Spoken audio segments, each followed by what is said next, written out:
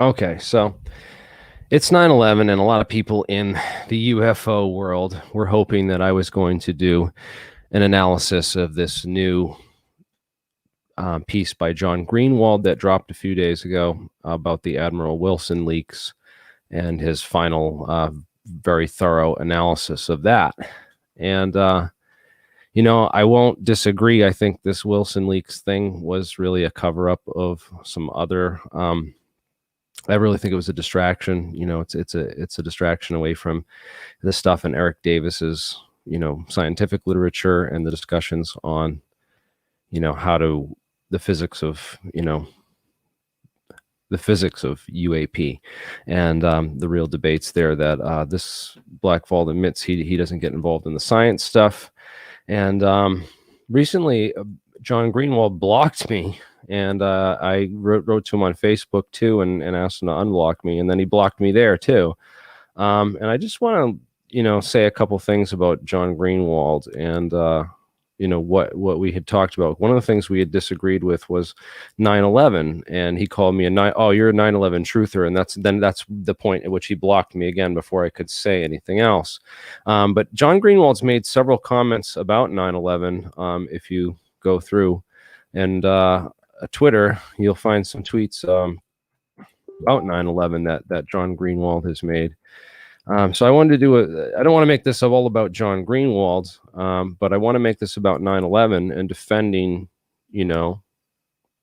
the research that I've done and the things that I've seen, and basically busting him on this bullshit that he blocked me for this and called me not a real researcher and all this other stuff. So I want to really show people up for John Greenwald. He said that there's no stuff on the Black Vault related to 9/11, and I thought that was rather interesting because I'd done some research into 9/11. You go to 911blogger.com and look up explosive connections. This was a draft release of some of the investigations that were done back when we were first discovering nanothermite in the dust with AE 9/11 Truth and those guys at Stephen Jones and Kevin Ryan. And Kevin Ryan had started looking into, he's like, wow, this is really messed up. The truth that they won't let the truth out about the science. They're covering up so much stuff with NIST was even involved. And it's obvious NIST wrote that report on 9/11. And it's really hard to question NIST. They're a leading organization on science. And not a lot of people have, the kind of reputation that NIST does, but they also it's interesting that if you look up the NIST contractors who wrote most of the NIST report on the collapse of the World Trade Center, a lot of them work for a company called SAIC, and you can read about more stuff like this in this article called "The Top 10 Connections Between NIST and Nanothermite." Because Kevin Ryan did also a number of inquiries into nanothermite and who the scientists were that were involved in the production and the original creation of nanothermites and exotic thermite materials, and who the metallurgy contractors might be that might have done this work if it really were thermite that brought down the World Trade Centers. And I thought that this was, super interesting information that could potentially be of relevance to an inside job, and it's well documented. And of course, if you let's search for SAIC on the Black Vault. You might find some stuff on SAIC. Let's search more specifically. Oh, they got 4 search results, and none of these look like anything directly related to SAIC. So already Black Vault doesn't have certain, interesting documents. So another thing is, if you go to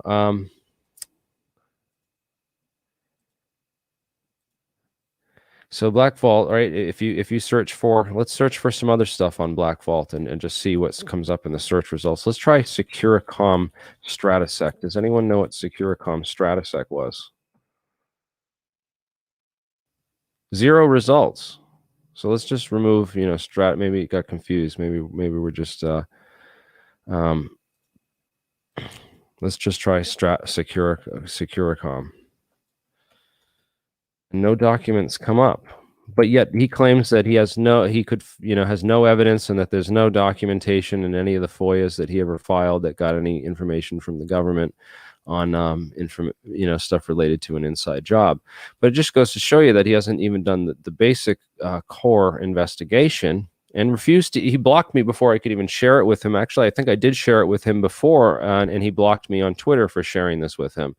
So I just want to go to show people, I don't care about the Wilson leaks. I don't think there's anything of scientific interest there.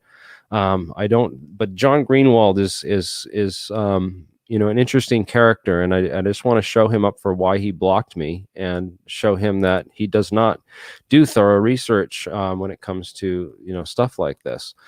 Because when we did an investigation, we did a tenants analysis of everyone who occupied the World Trade Centers and were on the board of directors or connected to these companies inside the World Trade Center, as any typical crime scene investigator would do. Typical in CSI crime scene investigation, especially murder investigations where people were killed. The first things we look for is means, motive, and opportunity. Means, motive, and opportunity are the key elements of U.S. criminal law, and used as this applied science in criminal investigations and collectively in forensic science. So one of the interesting things is the official investigation into 9/11, the 9/11 Commission. I mean, they didn't even so much as mention Building 7, which is that third World Trade Center skyscraper to collapse. Never mind look into crime scene analysis of the tenants who occupied those buildings and who might have been inside, and interview those people, interview the security companies, like we mentioned, Securicom, Stratasec. If you're going to do an inside job, you need inside security, and it just so happens that the people that installed all the video cameras and the badging and access for the door controls at the World Trade Center were very interestingly ran all security at Dulles International Airport and United Airlines at a terminal at Logan Airport, where I believe UA-175 took off from. So it's interesting the close connections that these companies had to the crime scene, but yet they're never mentioned or investigated in any sort of serious way. Max Cleland of the 9/11 Commission. If you go, let's just go to 9/11 conspiracy theories on YouTube. You search for 9/11 conspiracy theories, you're not going to find anything. You're going to find all the dumb stuff and all the debunked stuff. That's all that comes up anymore. Everything else has been, virtually completely filtered out through the search algorithms, which is really weird. This happened just a couple years ago, but others have noticed this too. Yeah, we interviewed Loose Change. No, Loose Change version 1 was not the best one. The final version, Final Cut, is better. But what I wanted to look up before this was, if you look up Max Cleland, sorry,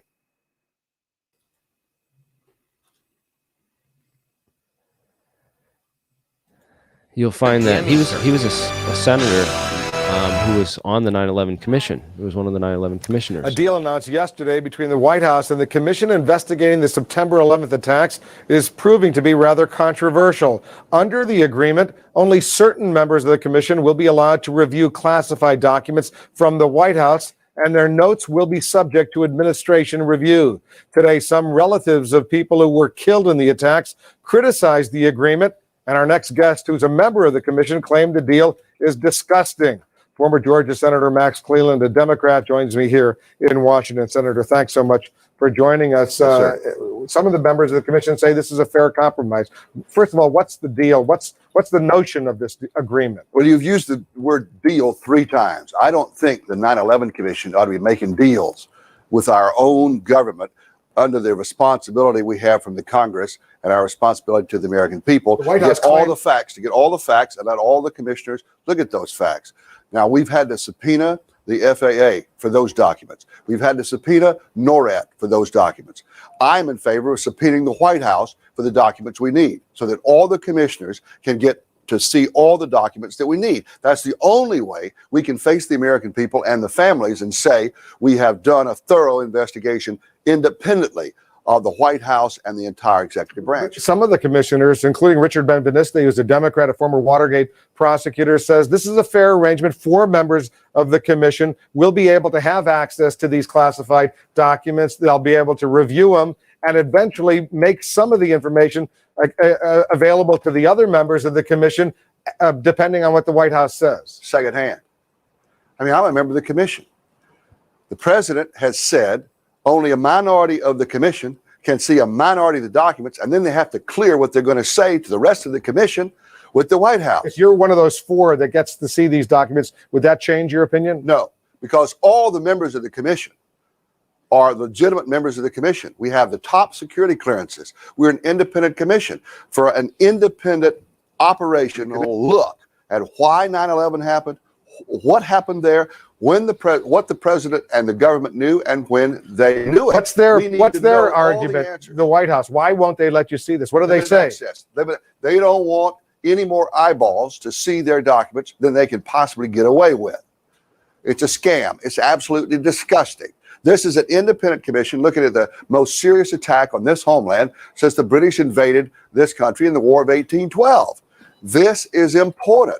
We cannot do our responsibilities if we don't have all of us access to all the documents we need, including what's in the White House. Now, we've already had to go to the wall for documents with the FAA and NORAD in a subpoena. So why do you I think we ought to subpoena the White House documents and get on with this investigation. Why do you think your chairman, the former Republican governor of New Jersey, Tom Kean, other members of the commission, apparently a majority, have accepted this arrangement with the White House? It's a deal. We shouldn't be in the business of making deals. We should not be in the business of taking some commissioners and say they get to see some information cleared by the White House and other commissioners don't.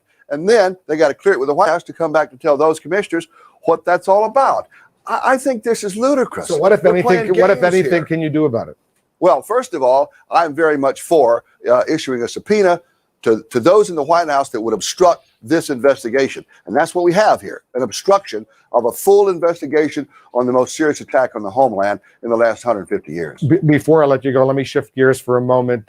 What's happening in Iraq right now? You wrote a provocative piece the other day suggesting there were parallels to Vietnam, a subject you know all too well. What's your main fear right now? Well, we're in a mess. And we have no strategy to win, and we have no strategy to get out. That's Vietnam all over again. And we're losing more casualties now, just in the last week, than in any period since Vietnam. We've extended the tour of duty of guardsmen and reservists, and that's going to take a tremendous toll on our communities. They ought to be at home looking after homeland security issues. What do you want, just to pick up and leave? We got to get the UN in and get NATO in. Yeah, so there you go. That was Senator Max Cleland talking about the 9/11 Commission. And the 9/11 Commission was the official investigation into 9/11. For those who don't know, it wasn't actually started. Let's just look up 9/11 Commission. It wasn't started. It was formed November 27th, 2002. So over a year after 9/11 is when they finally decided to investigate it. And they were only pushed to investigate it by the victims' families. So 9/11 Press for Truth was one of the first videos that I watched, and it was about the Jersey girls, the wives of the victims' family members, who had lost their husbands on 9/11, and they had to push the government and lobby the government for a year to get an investigation, which I thought was amazing, because all these people say, oh, you're insulting the victims' families and you should leave it be and not talk about 9/11, especially on the day of 9/11, and this is disrespectful and whatnot. But that's not true, because we wouldn't even have an investigation into 9/11 if it weren't for the victims' families, who had to push the government for an investigation. And it's very interesting to hear their story. But some of the key things I want to say is the part about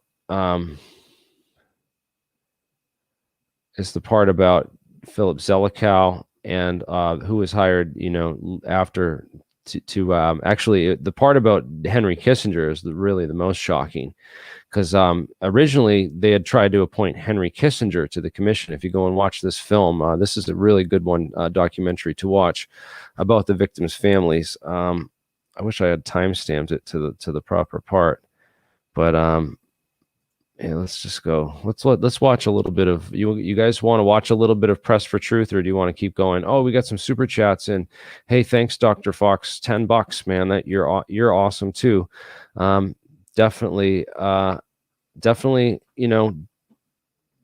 there's some trolls in the chat. I'd open this up to let anyone join, but I just want to get some stuff in before, because I've done some research into this, but I know other people have done their own research, but I just want to share the research that I've done over the years, because I've had time to go through a lot of this stuff and really, really vet the best of the best. If you guys want to go over, do you think we should start with, I want to start with some of the basics too, because there was a lot of conspiracy theories that came out right away, because this isn't a conspiracy theory. This is just the victims' family members that pushed the government to get an actual investigation. And then the investigation that was performed was kind of like this real half-assed thing. There was some comparison that compared the amount that was spent on investigating 9/11, the amount that was spent on the 9/11 Commission, versus the amount that was spent investigating Bill Clinton's blowjob, for example, in the Monica Lewinsky trial. So there was some comparison where it was unfathomable. It was like something like $100 million that they spent investigating, Bill Clinton's blowjob, but they only spent, 100th of that, investigating, 9/11. I think it was like $8 million. How much did the 9/11 Commission report cost? Let's see. How much did the 9/11 Commission report cost? It was, it was really cheap. They didn't, they made $6.4 trillion on the global war on terror. That's how much the global war on terror has cost, an estimated $6.4 trillion. And they spent, a couple million investigating the whole thing that started it. And I always thought that was interesting, because those 28 redacted pages, that the stuff that was redacted from the 9/11. So we saw from Max Cleland that there was a lot of censorship in the report itself, right? But we know that we know where some of the censorship was, and it was around the funding sources for the whole thing. And if you guys watched Loose Change Final Cut and got into that. Yeah, the Henry Kissinger thing we'll get back into in a little bit, and his ties to some of the stuff that we investigated that go kind of back, but yeah, I don't know. It's not going to be. It would be a waste of time to get into all the older stuff, guys. I think so. I'm not gonna get into so much of the debunked stuff. I want to get into the stuff that really hasn't been debunked. The stuff that really just makes me go, and scratch my head when I researched it and found it. But yeah, the whole money thing was super interesting, because there was this whole issue of this Pakistani wire transfer of the Mahmoud Ahmed, and that's Mahmoud Ahmed. ISI. Okay, so Pakistani ISI General Mahmoud Ahmed had allegedly came to the U.S. and they used some kind of middle money man, but he had met with a couple officials in Washington, including Porter Goss, who would be future head of the CIA. And And the interesting thing about Porter Goss, right, is that Porter Goss on 9/11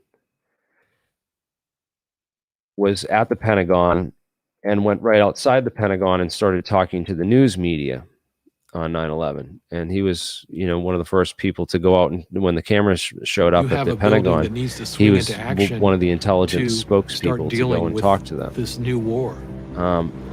As a reporting, This isn't it. In the original live footage from the Pentagon, he's Porter Goss is the guy standing there and talking to the media and kind of distracting them. Like you can literally hear a secondary explosion or something like happen at the Pentagon as it's on fire, burning behind him, and the media is there filming it. And I got to find this video. They hide all of this stuff, man. I swear they saw me looking at it the other day, and they're like, "Nope, that's the one." I know what I'm looking for, but I can't find it because it's not there anymore. But I had it, and I have a clip of it in one of my other documentaries. This is what happens, man. Is so much of this stuff just gets scrubbed and wiped off the internet, and they just smash the view counts down and don't let anybody see this stuff. But if you look up the Porter Goss Pentagon live footage, that wasn't it. And I can't find it now. Symbolic, and it keeps This is all like a historical, re-edited, you know, rehashed version. You got to go watch all the original live footage, and they used to show pieces of it on TV years ago, but then they took a lot of pieces out, including, you know, the stuff about the firefighters that said they saw the molten steel. That part got wiped from the History Channel. All the stuff that was in a lot of these older documentaries got wiped from the record because it was like, oh, that like makes people think of conspiracy theories, but it's really just, you know, it was evidence that and anomalies that, you know, it's real information that just gets erased and deleted. But anyways, if you watch the Porter Goss, if you find the Porter Goss Pentagon footage, anyone can find it and post it for me in the link. The Pentagon live footage with Porter Goss has the Pentagon burning in the background, and he's the intelligence spokesperson that gets hired to come out and talk to the press. And that's when this missile hits in the background, or something, a secondary explosion, something happened in the background, and he just kind of deflects. And as you can see, things are still kind of going on here, and just keeps going with it. He didn't, and it's really interesting. Interesting going back and looking at the day. Has anyone explained what that explosion was? I know the wall later collapsed and stuff, but and the other thing is Donald Rumsfeld. So Donald Rumsfeld, and he's the interesting thing. I started looking into Donald Rumsfeld a lot in the 9/11 research that I did, and Donald Rumsfeld on the day of 9/11, he was on the Pentagon lawn. So if you look up Rumsfeld 9/11 Pentagon lawn, you'll find all these pictures of him that he was not. This was after the aftermath, but on the day of 9/11, he's out there picking up scraps. He's out there on hauling away bodies on a stretcher with a bunch of white shirts and other, you know, military people, and I don't know who these people are, but he's got this tall black guy too that follows him everywhere in all the pictures. He's in all the shots with him. He must be his personal bodyguard or something. What's interesting is that in the 1950s, they built all these underground tunnel systems, right? So if you look up, I forget the names of these places too now. 1950s nuclear evacuation sites, right? So there's this whole thing back in the 50s called the continuity of government program, okay? And continuity of government. So they had this whole idea that they basically, what happens if the Pentagon gets attacked? What happens if, you know, we get bombed? What happens if nukes just start flying everywhere and all the main stuff gets attacked and totally bombed, right? What if they just fire so many nukes at the Pentagon and White House that we just can't stop them all, and they just bomb the whole thing to hell? And what do we do in that event? And so the event, basically what they built is a bunch of tunnel systems that could evacuate the Pentagon and the White House. And they built these high-speed trains in the tunnel systems that could whisk, the president and who or the defense secretary and all the main elements of the government, of the standing government, that they could move these people in and out of these tunnel systems. And I don't know what one was Raven Rock. You can look up these things. I can't even search for them on YouTube anymore because you can't find this stuff. But Raven Rock was one of them.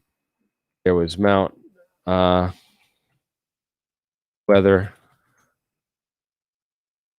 They had this emergency operations center at Mount Weather. That was one of the big ones. There was there's that fancy hotel that's out there.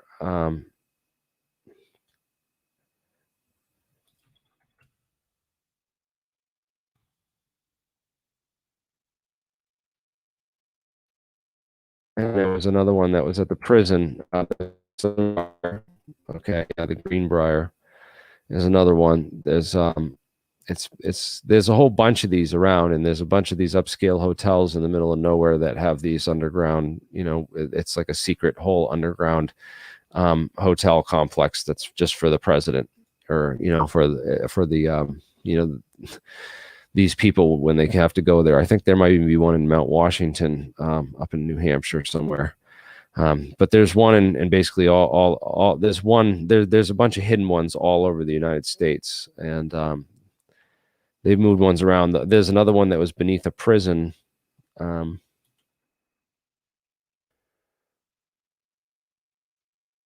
Emergency bunker. What's that one called? There's a presidential emergency bunker that was beneath a prison that was south of, basically they had all these evacuation plans so that if we got bombed and nuked, we could get all the president's men out and evacuate them to these tunnel systems. And there was emergency command equipment in these bunkers. Like some of them they found, and there's still like the desks with the telephones and everything set up so that they can, they can coordinate everything on the surface from remote facilities. And they basically built a whole bunch of these bunkers all around, and under this continuity of government program. But part of that continuity of government program was this whole thing set up to plan for disasters and an Armageddon. Basically, a bunch of these really smart guys who were, Secretary of Defense, Joint Chiefs of Staff, people with lots of high-level military experience would sit around on these think tanks and dream up the worst possible doomsday and disaster scenarios that they could possibly think of, and they would plan for what would happen in that event. So it's interesting, obviously we had hijackings that occurred, where multiple hijackings, where multiple planes had been blown up or crashed. This was blown up on the runway, but they always had, it certainly might have been something that they had thought of about multiple planes being hijacked and flown into buildings. So,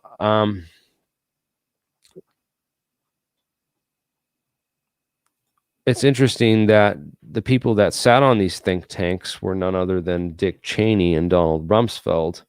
I found that out by doing some research into their background. You can find, Dick Cheney's resume and Donald Rumsfeld's resume. Really, there should be books written on these people that really dig into their history. But if you look up their resumes, there are some really interesting connections that make them immediate suspects for, it certainly doesn't clear them as being, suspects for, potential, inside involvement in 9/11, because, they were involved in the think tanks that did the operations planning for such events. So they would have known what all the government and emergency responses would have been to the event and how to prepare and coordinate with those. But if you look up, this was the most interesting thing. You go on Rumsfeld's resume from CBS News, and you'll find that he was on the International Advisory Board for Solomon Smith Barney. It said he was currently, there, which means he was there up until 9/11. This was right before, the inauguration.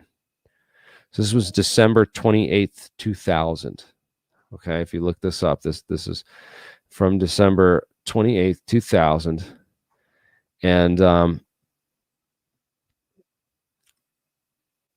the inauguration was, of course, in January 2001 when they got put into office.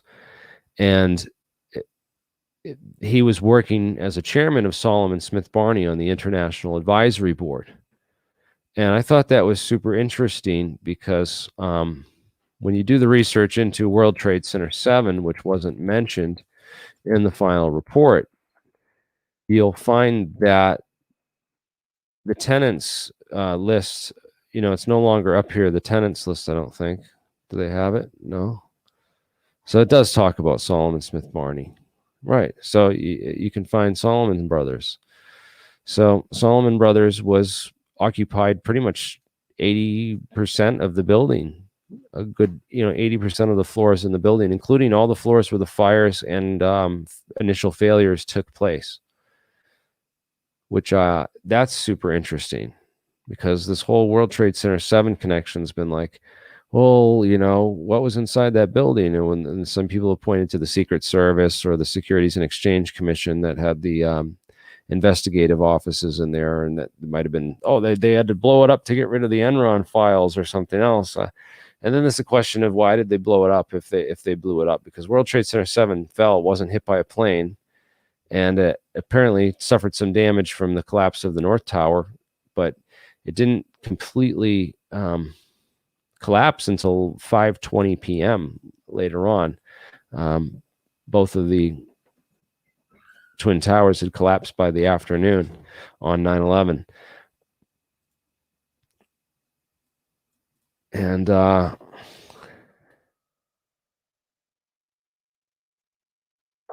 11, are you trying to call? The cockpit is not answering their phone. I got things going down. Building 7 went down also. Yeah, so Building 7. All right, guys, yeah. Let me I wish I could open this up to everybody. But yeah, Building 7 was an interesting thing. Certainly. So that's the first plane strike. This footage didn't come out until the next day. It wasn't shown live on TV. That was shown the next day. This was filmed by Jules Naudet of the Naudet brothers. And that plane crashed directly into the World Trade Center. If you look up on the blueprints here, I'll post this link in the description so people can go check that out.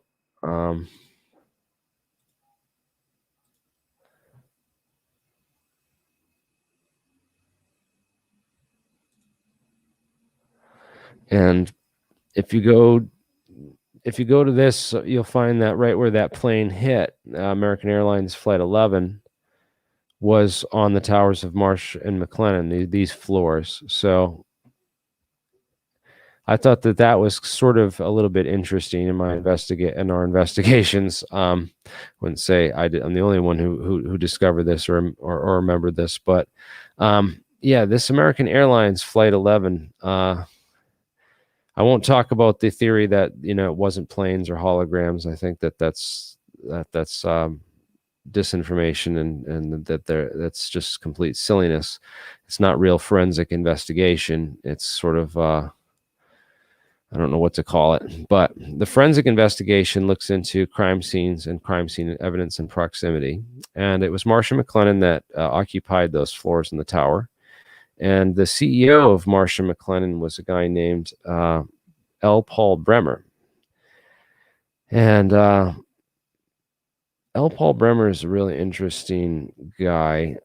If you go 9/11 MSNBC Paul Bremer, this video is banned and blocked, and it used to get taken off of YouTube and Google altogether. back in the day. And then you could find it for a little while, and now it seems to be really hard to find. Here it is. But this is super interesting. Let's watch this for a second. Made as our key recommendation a much more vigorous effort to try to get terrorist spies as informing on their colleagues to us. Every time there's a major terrorist attack, it is automatically. Can you guys hear that all right? Intelligence failure. That's by definition. But I'm sympathetic to the problem about how you get good intelligence on these people. It's not easy. There is an intelligence failure here. There is a massive security failure where we have 4 airplanes being hijacked in the same morning, 2 from Dulles Airport, it appears. So there's a lot of lessons that are going to have to be learned. But first, we've got to find out who did it. Mr. Bremer, I want to speak to that for a second. When the Oklahoma City incident occurred, the immediate response from a lot of people was that it came from some Arab terrorist group.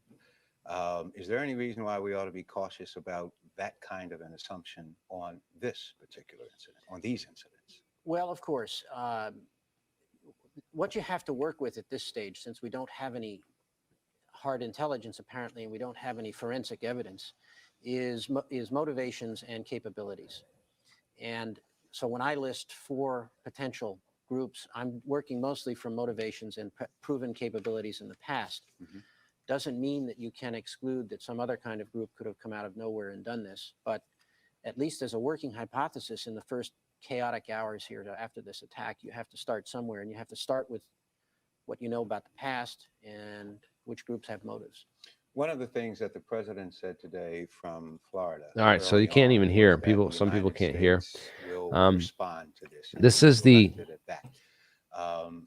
Is it to be assumed that the first thing this is the World Trade Center? It's basically. So I want to describe what's going on here. This is L. Paul Bremer, and he is a he was the CEO of Marsh & McLennan, and Marsh & McLennan occupied the floors in the World Trade Center where the planes actually hit.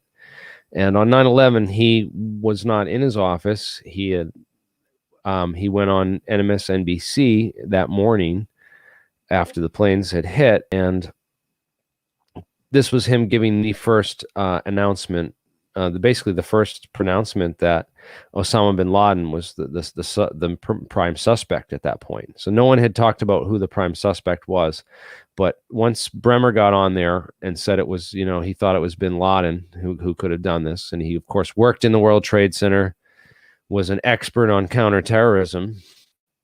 If you look up his resume, Bremer was interesting history, you start looking into some of these people and digging through their history. Of course, he went on to become the Provisional Coalition Administrator of Iraq. So he led the Iraq War and was the administrator in Iraq temporarily, during the occupation there. I thought that was interesting. So Marsh & McLennan, the CEO, he did the National Commission on Terrorism. Bremer was appointed chairman of the National Commission on Terrorism by House Speaker Dennis Hastert in 1999. So Dennis Hastert is an American former politician and convicted child molester who represented Illinois' 14th Congressional District from 1987 to 2007 and served as the 51st Speaker of the United States House of Representatives from 1999 to 2007.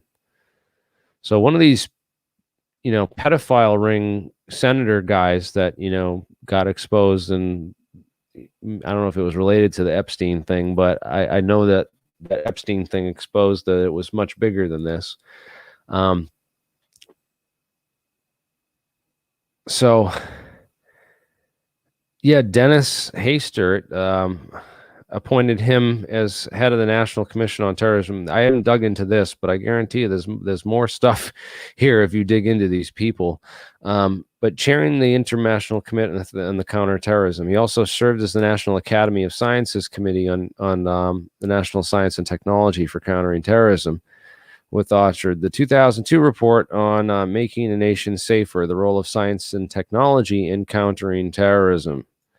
So one of the things about this in this whole proposal that they put together, so they put some smart people together with these think tanks on these panels to talk about the role of science and technology in countering terrorism. And these think tank planning, groups that basically sat around and dreamed up doomsday scenarios, and also, how to use technology to counter those different scenarios. So one of the technologies they thought up was what's called FTS AWACS. All right, and it's called a flight termination system. That was the code term for it.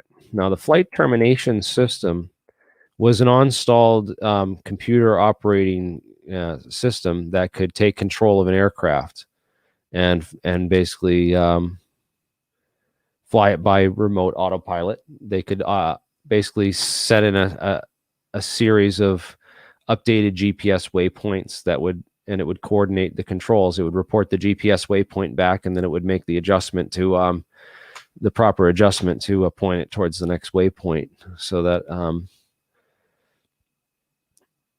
they could guide a whole system by remote control, and also lock out the cockpits. So this was developed by a company called Systems Planning Corporation. And they did work for Homeland Security, Intelligence and Advanced Concepts, Advanced Technology, Information Solutions Group, Signatures and Electronic Warfare, Radar Physics, Communication Networks, Tridata, and then so the Tridata Corporation was another interesting thing. Tridata Corporation, a subsidiary of Tridata Corporation, did the World Trade Center bombing in 1993. No, they didn't do the World Trade Center bombing. Sorry, my thoughts jump around a little bit. The 1993 World Trade Center bombing that happened in February 23rd, 1993, a truck bomb blew up in the corner of the World Trade Center and damaged a good portion of the building and gutted it out. And so an engineering firm that was a subsidiary of Tridata Corporation was actually hired to assess the damage and come up with a way to repair the structure and repair everything in the World Trade Center, because they failed to take out enough core columns to really make a difference. They planted the van next to one of these core columns, but luckily there was enough redundancy in the building that it was able to redistribute the load and not collapse the entire World Trade Center structure entirely. But during the process of renovation after the bombing and the rebuilding and the investigation and everything, but yeah, it doesn't talk about the well, the FBI involvement is an interesting part of that. Yeah, we could get into that, but I won't.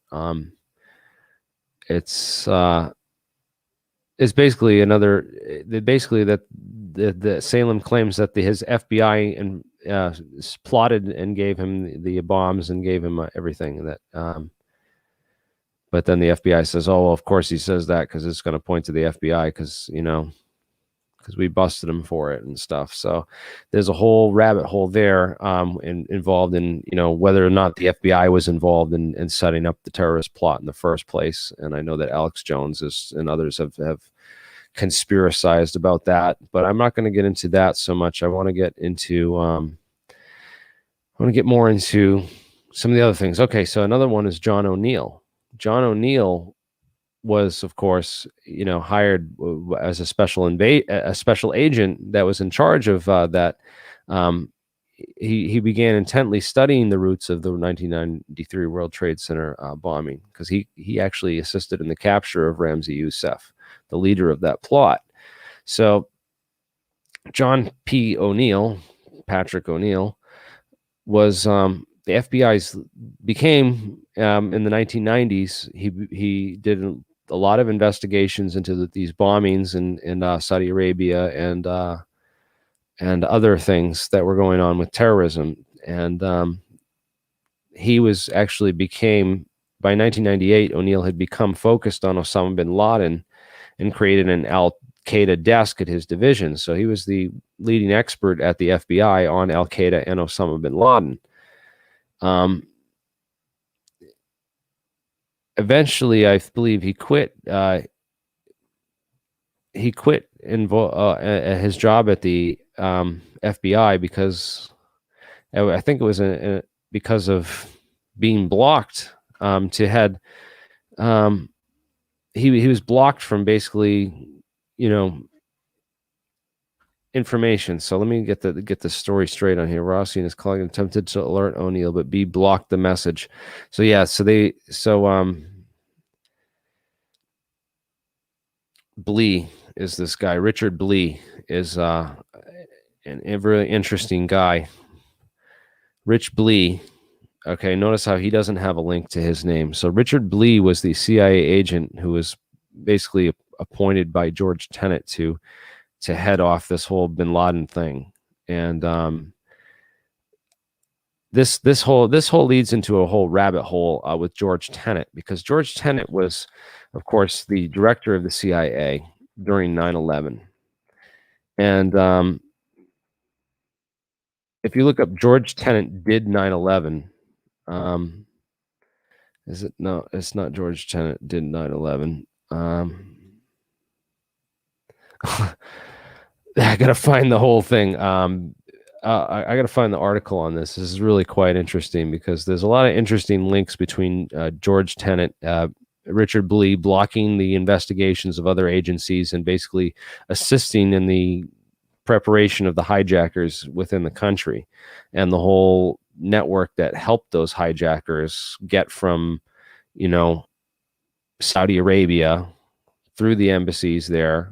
You can look up a guy named Michael Springman if you want to get into this. Oh, thank you for another $10 super chat, Nick. Yassin Al-Qadi, P-Tech, now Go Agile, and Operation Green Quest is a fascinating connection, in my opinion. Connects to Tom Kane and a massive real estate payoff that he got from Saudis in New Jersey during the commission. That's interesting because Securicom Stratosec has a lot of its roots in New Jersey, and I believe the New Jersey scrap yards is where they got a lot of the iron oxide and metals to produce these types of things. We'll get into the metal stuff in a second, but let's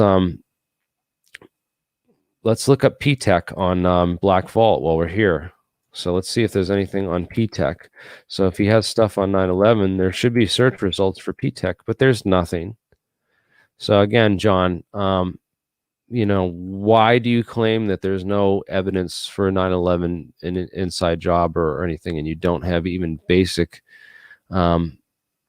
stuff on it? P-Tech is an interesting connection. Definitely.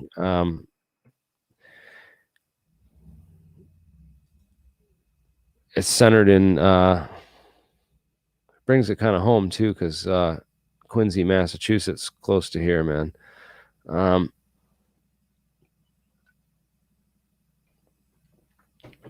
I wanted to show a video first before we got into that. I want to show the X-Files video because we're talking about these programs. I want to go to my channel and I want to show the X-Files 9/11 video. You can't even find this if you search for it. Unless you go to my channel and search for it. If you try the main YouTube search, you can't find any of this good stuff. So let's watch this 10-minute video. This is, of course, the Lone Gunmen. Used to have perfect, and now it's double cropped. It used to be perfect, but they went and double cropped it. So sorry about that. I don't know why YouTube did that. It used to this version used to play perfect, but then they went and ruined it. Yes, I am the king. Numero uno, baby. Find something? Yeah, I wound up in some government think tank's upload directory. Here's your scenarios, ladies. These look like counterterrorism scenarios, war games developed for the Defense Department. What's scenario 12D? Airline terrorism? That doesn't make sense. Your father was murdered over a war game? Download it. Wait, I can just stay out of this. Leave me buried. What is scenario 12D? We know it's a war game scenario, that it has to do with airline counterterrorism. Why is that important enough to kill for? Because it's no longer a game. If some terrorist group wants to act out this scenario, why target you for assassination? Depends on who your terrorists are. The men who conceived of it in the first place. You're saying our government plans to commit a terrorist act against a domestic airline? There you go. Indicting the entire government as usual. It's a faction. A small faction. For what possible gain? The Cold War's over, John. But with no clear enemy to stockpile against, the arms market's flat. But bring down a fully loaded 727 into the middle of New York City, and you'll find a dozen tin pot dictators all over the world just clamoring to take responsibility and begging to be smart bombed. I can't believe it. This is about increasing arms sales. When? Tonight? How are you going to stop them? Why didn't you tell the world this? Oh, this is way better than Fight I'd still Club. be drawing breath 30 minutes after I made that call. The press? Who's going to run this story? We would. This? This was aired in March of Birdcage 2001. liner. Wild-eyed crap right up there with Elvis as an alien and two-headed babies. You obviously read it. Don't be so damn naive. You think this is going to save the world?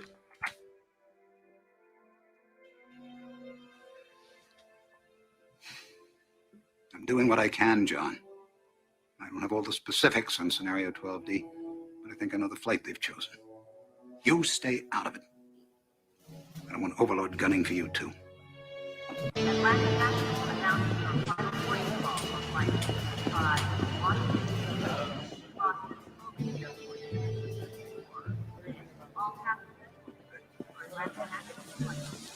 See anyone you recognize? No, but that doesn't mean they're not around. Okay. Let's board. Check the cabin for free hydrocarbons. Try and pinpoint that bomb. This is your plan?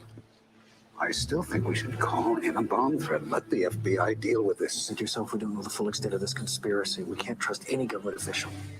Our only hope is to get on that plane.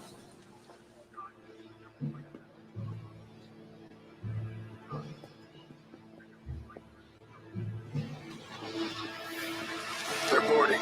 Then that's 2 problems solved.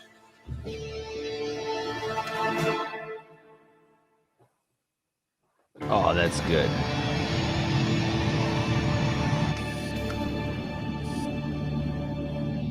Two problems solved. So they get on the plane. He's looking for a bomb, not realizing there's no bomb on the plane at all. It's actually technology that's inside the plane that's going to hijack the plane and fly it by remote control. So that he doesn't find that out until he gets on the plane, though.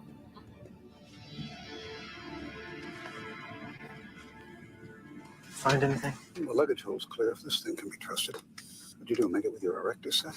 You're absolutely sure that this is the targeted flight? This flight was chosen primarily for its visibility. It's scheduled to pass over Manhattan on its way to Boston. You said they intend to bring us down in the middle of New York City? On its way to Boston. What if there is no The planes were 2 of the planes came out of Boston. Well, how are they going to bring it down? Same way a dead man can drive a car.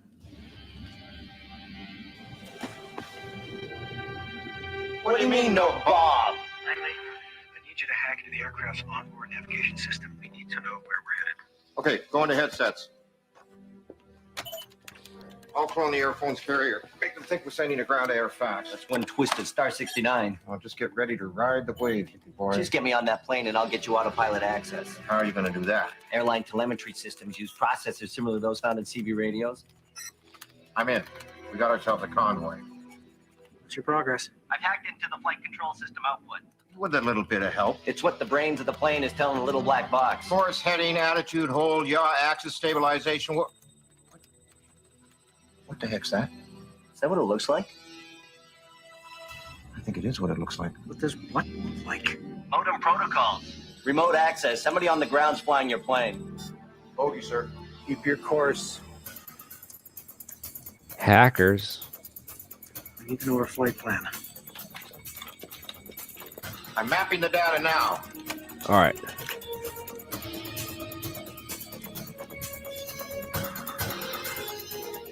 So remember, Wasn't someone on the ground flying the plane.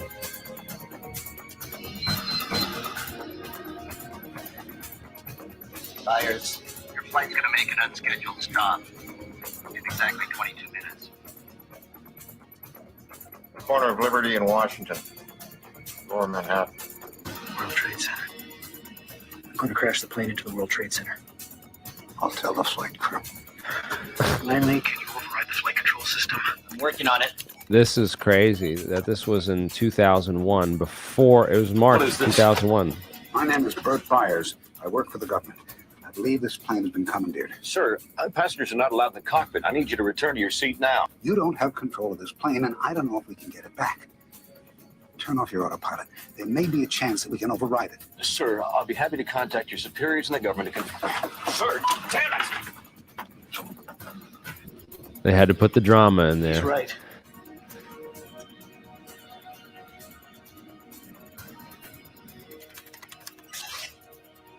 Damn it! Frozen again.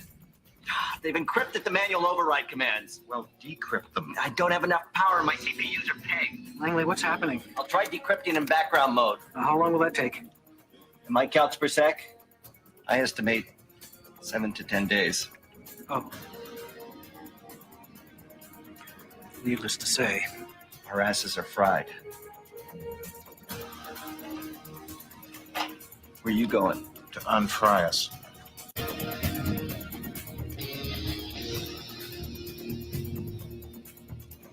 All right, try cutting electrical power. They've thought of that. They've thought of everything.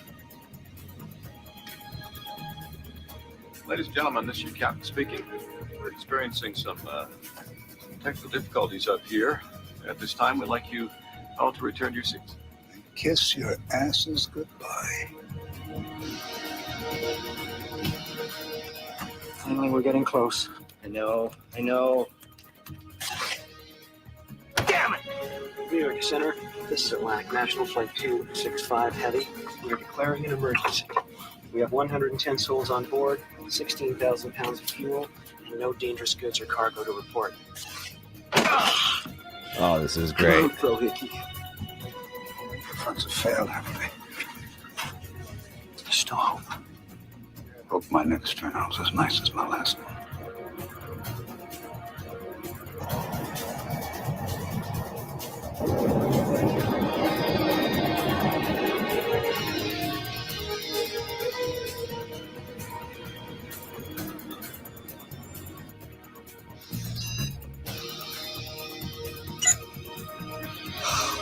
NGO.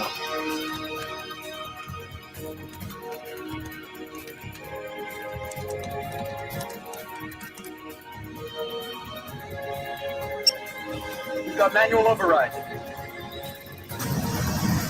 Look at this. That guy didn't return to his seat. If they did that maneuver, that guy would have been to the back of the plane. If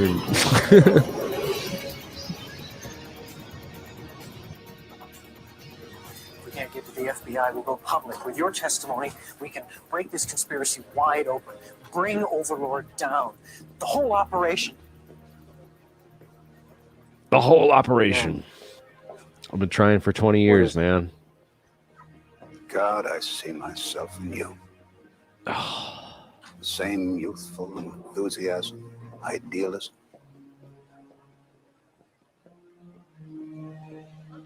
I was so angry at you for so long because I didn't want you to waste your life tilting at windmills. But I see now that you've got something I never had. You're a brave man, John. You're not going to testify. You're going to let them cover this up. Dude, March of 2001. Killed me twice. They won't fail a third time. My silence will keep me alive. And you. I know you and your friends are fighting for the American dream. Just don't expect to win. Just don't expect to win. Wow. Wow, man, that guy just set it to it cold, man, because nobody cares, man. It's been 20 years. 20 years since, this aired on TV before 9/11, and no one's looked into any of this stuff. So let's talk about that E4B, right? So the white mystery plane. Anybody know about the white mystery plane?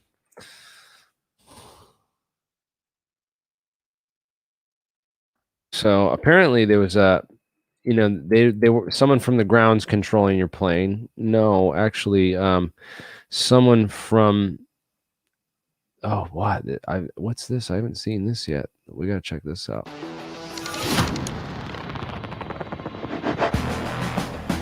If there ever were a nuclear war and all U.S. military ground communication was destroyed, this $223 million plane would become the command and control center for the U.S. military's most senior officials.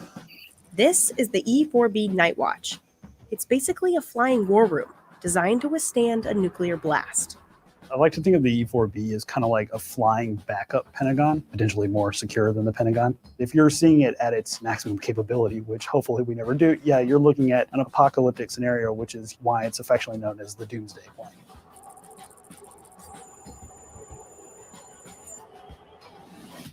Four E4Bs make up the National Airborne Operations Center, and the U.S. Air Force is responsible for the operation of all four of them, out of Offutt Air Force Base, near Omaha, Nebraska. The retrofitted Boeing 747s were made for war. Originally designed in 1973, the E-4 series planes were thought to be the best way a president during the Cold War might survive a nuclear explosion. And since their inception, one of the Doomsday planes has stood on alert 24/7. Because we're a 24/7 ops mission, we are not a non-deployable unit due to our proximity to the president and all other key assets at one time. But day-to-day it is highly important because we can assume the role of a primary command center, much like the Pentagon is, much like STRATCOM can be. We can assume that role in the air as well. In the immediate aftermath of a nuclear blast, the President, the Secretary of Defense, and the Joint Chiefs of Staff would all be safe aboard the E-4B. From there, they could order nuclear strikes or execute emergency war orders. And while the majority of the E-4B's capabilities are classified, we do know a few things. The plane has 3 decks and can hold a crew of up to 112 people. With 4 massive engines, the E-4B can fly for 12 hours straight without refueling. But with aerial refueling capabilities, it could theoretically fly for several days. It costs nearly $160,000 per hour to fly the E-4B, making it the most expensive airplane the Air Force operates. And it's built to survive a nuclear blast. To prevent radiation, the windows have a wired mesh, similar to what you'd see on the window of a microwave. Equipment and wiring on board are hardened to survive an electromagnetic pulse. There's also thermal and nuclear shielding, and direct fire countermeasures. Aboard the plane, space is broken down to optimize war coordination. At the front of the plane, executive quarters house the senior military officials. The upper rest has 18 bunks available for the Air Force crew. They work 24-hour, 7-day shifts and sleep on board. Beneath that is the secure conference room, where the Joint Chiefs, President, and Secretary of Defense can give war orders. The briefing room is where officials can update the traveling press or battle staff on strategy and coordination efforts. In the center of the plane, officers from every branch of the military will hammer out a strategy in the event of a crisis. This space is known as the battle staff room, and all outside communication happens at the back of the aircraft, from the communication and technical control room. From here, operators can communicate with virtually anyone in the world, in any situation. It's designed that in the most austere environments during or after a nuclear war, it survives and can communicate from the most cutting-edge communications technology to old, antiquated communications technology. We have the ability to endure and communicate with fielded forces and the rest of the U.S. government. That bubble on top of the E4B is where all the communication technology is held. It's called the Radome, and an estimated 67 satellite dishes and antennas are kept here. The E4B has more communication capabilities than Air Force One. There's even a 5-mile-long tail that can be extended behind the plane to allow for communication with submarines that are underwater. But even with all the fancy communication tech, you'd be surprised at how old school the rest of the technology on board is. There's no digital and there's no touchscreens. Everything is analog. And that's on purpose. That vintage vibe continues throughout the airplane. The E4B doesn't really have windows, and it's actually really drab on the inside. You're looking at kind of a beige color that looks like it came straight out of the 1970s or 80s, which it did. The Doomsday plane's utilitarian nature is completely intentional, to keep the focus on the job at hand, preparing for the worst. But hopefully we'll never have to see the Doomsday plane at its full capacity. During peacetime, the E4B's main job is to transport the Secretary of Defense on foreign trips, and one always follows the President and Air Force One on overseas visits. The mission is very tedious. It is, no kidding, one of the most arduous things that you could possibly do. Dude. But it's so rewarding in the sense of every day you know that you're doing something or you're preparing for the worst.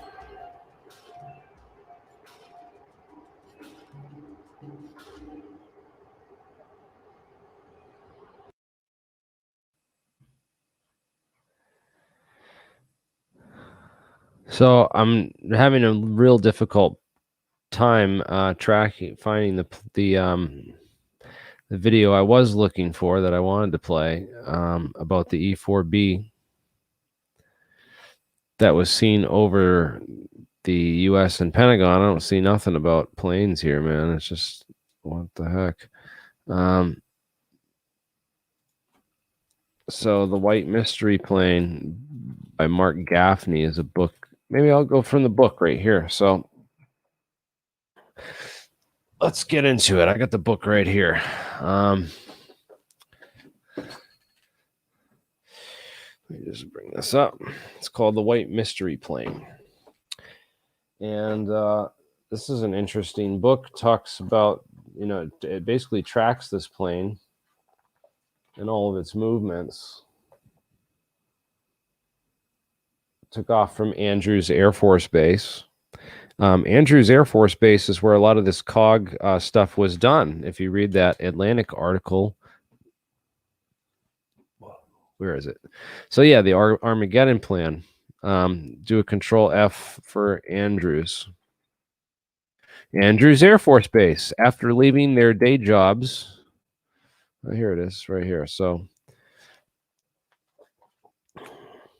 after leaving their day jobs, Cheney and Rumsfeld usually made their way to Andrews Air Force Base outside Washington. From there, in the middle of the night, each man, joined by a team of 40 to 60 federal officials and one member of Ronald Reagan's cabinet, slipped away to some remote location. I don't know where they went to, but that's where they would meet up, is Andrews Air Force Base, according to, the research that was done into this by these journalists. I'm just repeating some of that research that's out there, but yeah, definitely check into that. The Andrews Air Force Base connection. Andrews Air Force Base is, interestingly, if you look up the flight paths,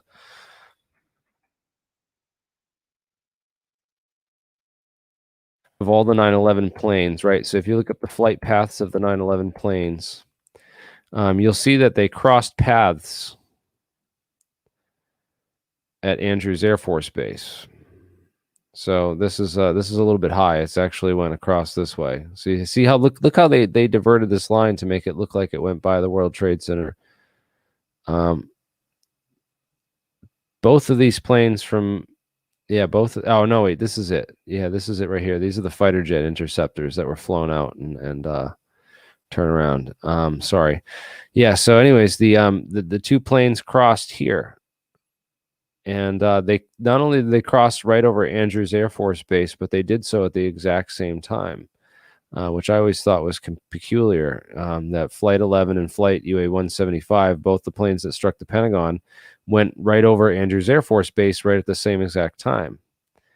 It's almost like they were hijacked, brought into Andrews Air Force Base, and then coordinate, like as part of this coordination and this control, is like that was their checkpoint or something.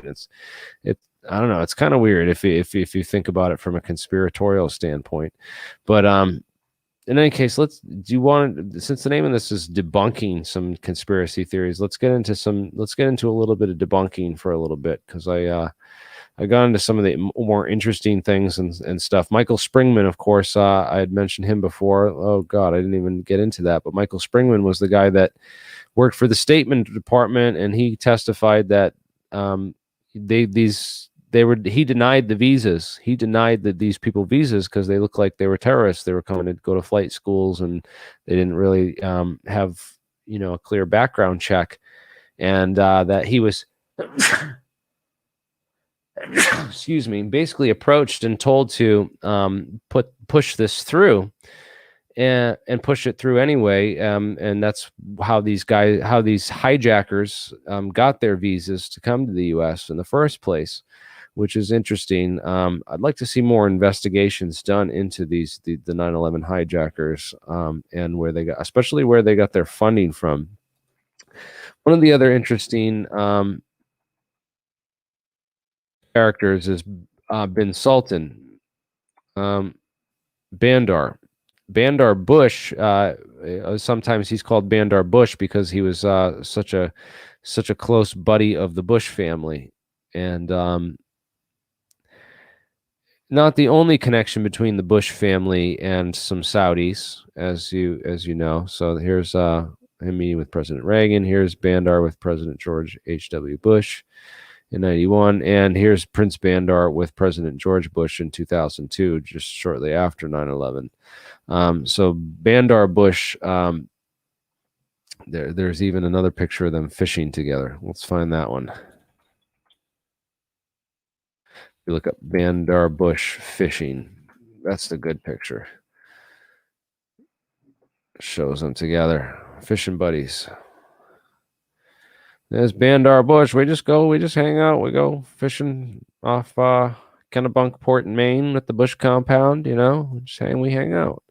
Bandar Bush was one of the guys that funded the hijackers, according to those 28 redacted pages. If you look up the redacted pages, Bandar Bush gave a $100,000 wire transfer. The other guy was General Mahmoud Ahmed, and Mahmoud Ahmed, of course, was the ISI leader in Pakistan, and bin Laden was later found living in Pakistan,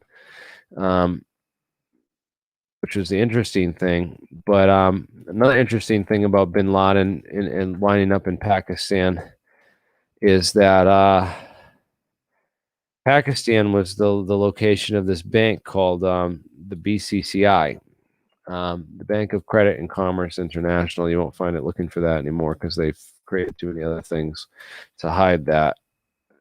So if you look up the Bank of Credit and Commerce fraud, it was one of the biggest known bank frauds in history, and it was basically like this whole corrupt banking, organization that catered to international criminals and cartels and stuff, and that's why they got convicted of so much fraud, because they were basically this big money laundering organization and a bank for money laundering and all kinds of other financial crimes. But interestingly, that the people that were hired to prosecute BCCI, one of the person that prosecuted BCCI was actually Rudy Giuliani. I don't know if you can look this up. You won't find anything on Rudy Giuliani under BCCI anymore, but BCCI is one of these little known about things, and it was this whole tied to this whole organization in Pakistan with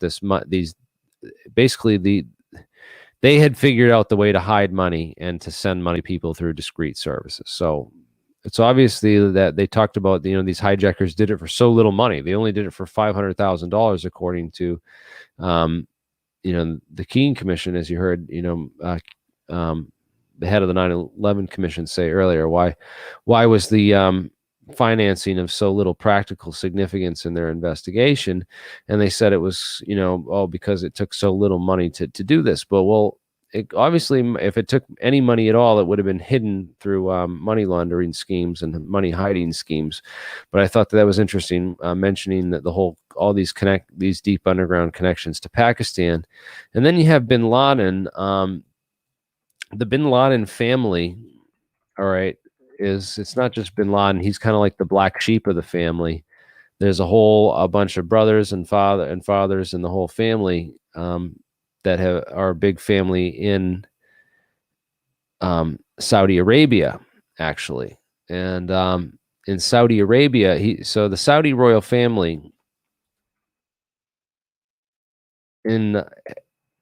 operates, so the House of Saud, right? So you have the Saudi royal family, and then underneath them you have the kind of money men who do the money stuff for the Saudis, and that's the bin Mahfouz family and the bin Laden family, or those two families. So of course Khalid bin Mahfouz was one of the guys accused of being one of the funneled the money for the hijackers. So of course, these are only a few people in Saudi Arabia. It's not all the people. Not everyone in Saudi Arabia is bad. It doesn't mean that the Saudi royal family is necessarily bad or connected to this. There's been some bad things that they've done, and of course the whole thing with the guy that wound up getting killed, and then at the embassy there, and then they repainted all the walls and all that. That was a little disturbing. But so the Saudis, interesting connection in all this, but it's just interesting that the bin Mahfouz family and the bin Laden family are the banking families that deal with the finances of this stuff. And bin Laden had run an aviation company, actually, with a guy named James R. Bath.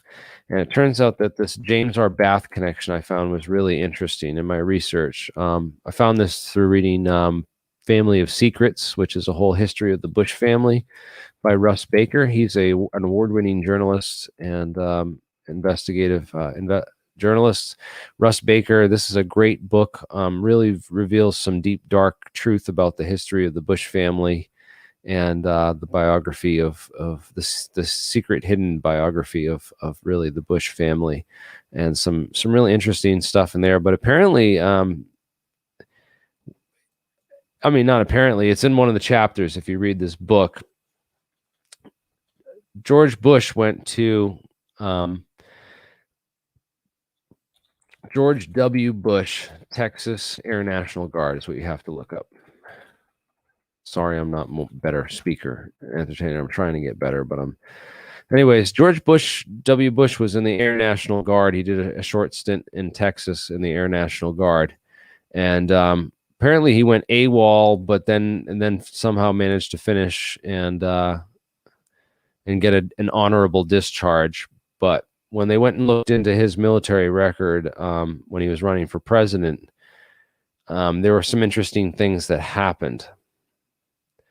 So first off, documents were leaked to the press, which were faked. So the first story, the time that this controversy hit, right? So when the controversy started, they basically leaked a bunch of these fake documents to the press. Then when the press ran with the story, it blew up kind of big. They came and nailed the documents as being fake. The story died, and then the real documents came out. And the real documents had two redactions of two names of service members that were blacked out. And those names were George Bush and James R. Bath, it turns out. And Bath was George Bush's buddy in the Texas Air National Guard, and basically went AWOL with him as well, and helped cover for him. So they did basically. He was like his cover story guy for that whole thing. And then later on they brought, because James Bath had been so kind to the Bush family to be, this kind of cover guy for that whole thing, they had invited James R. Bath to be this sort of go-between for future kind of operations. So they gave him a business in connection with Arbusto Energy, which Bath invested $50,000 in Bush's first startup business. And but basically they had hooked Bath up with all these contracts with the bin Laden group and the Saudi bin Laden group, and they began purchasing and selling and dealing with the selling of aircraft, which is kind of interesting why they were buying and selling custom-made aircraft. Apparently, some of this custom-made aircraft, if you want to talk about, no, Rudy Decker's is someone different. I'm thinking about, you know, aircraft customizations. Barry Seal was one of the pilots who was an expert in aircraft customization, and he was into making planes super light for drug trafficking, and he did a lot of drug trafficking actually for the Central Intelligence Agency. And there's a whole interesting controversy there with the whole DEA connection, and they were flying the flights over the Louisiana swamp and dropping packages in the Louisiana swamp that they go and later pick up, and they were flying the plates into a place called Mena, Arkansas, which I thought that was another interesting, you know, conspiratorial connection. But Mena, Arkansas is where, of course, Arkansas was Bill Clinton's state at the time, and Bill Clinton just came out of this no-name random state to become president of the United States. It started a bunch of other conspiracy theories about that. But yeah, let's see what we got here. So $10. Adnan Khashoggi, yeah, that was the assassination connected to Epstein by gun running during Iran-Contra. Ooh, that's an interesting connection, Nick. Thank you for pointing that out, and thank you for the $10 super chat. Robert Maxwell, Ghislaine's father, sold hacked P-Tech to global governments in the 80s and 90s. Ooh, that's super interesting. That's an interesting connection. So hacking software and selling hacked software and hackable software, that seems to be a theme that's come up a bunch of different times in 9/11. Are you guys familiar with Richard Andrew Grove?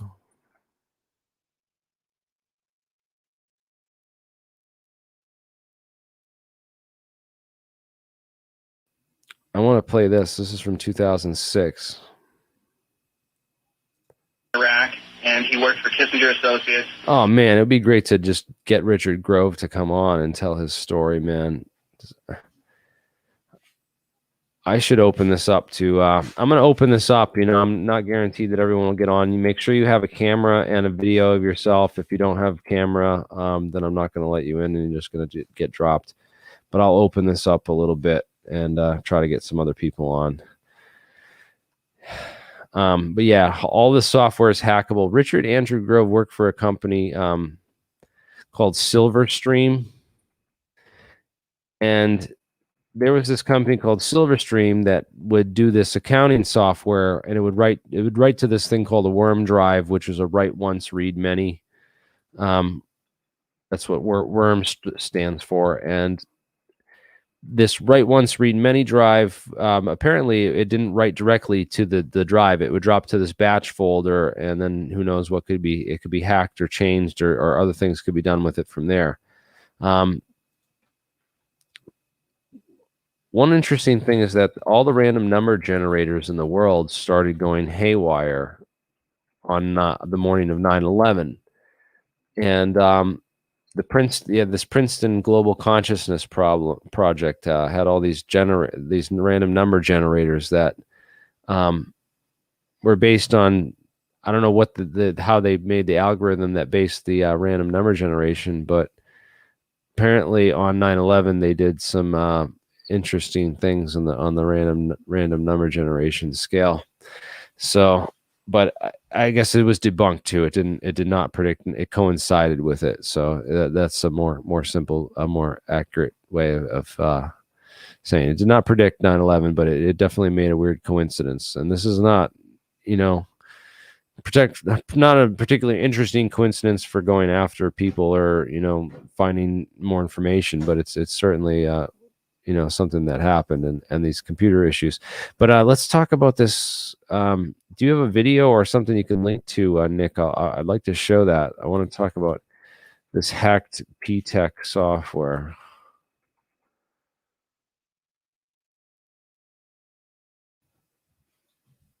I wish we could find something on this and show it, man. One of the things I thought was interesting, right? I don't know if I should point this out. It might be worth pointing out. While we're here, I'm going to point it out, I think.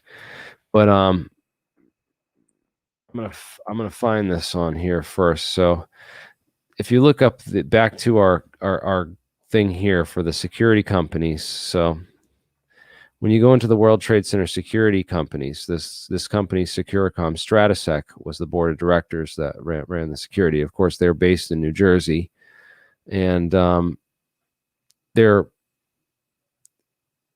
overall their head of board of directors of Securicom, Marvin Bush, sat on the board of directors, which I thought was super interesting.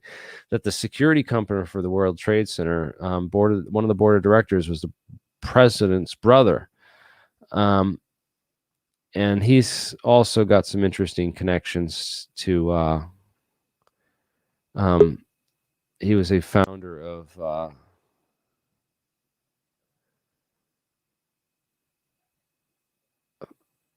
A founder of Scientific Applications International Corporation. I don't know about that, but Wirt Dexter Walker, and Wirt Dexter Walker is an interesting guy. Wirt Dexter Walker III, whole history of family with intelligence connections and banking connections and all sorts of interesting connections. There's a whole article called "The History of Wirt Dexter Walker and Russell and Company." I almost want to just read that and just go into it, because it's such an interesting story when you start digging into the real history of Wirt Dexter Walker and his whole family. And there's no pictures of Wirt Dexter Walker anywhere. You can't find any pictures of this guy, but he was the CEO of Securicom Stratesec, which ran security at the World Trade Center. And real interesting, shadowy guy. He's on Wiki Spooks and a bunch of other sites. But yeah, this guy I thought was super interesting. Never been photographed, never seen before. But he worked there with another guy named Barry McDaniel.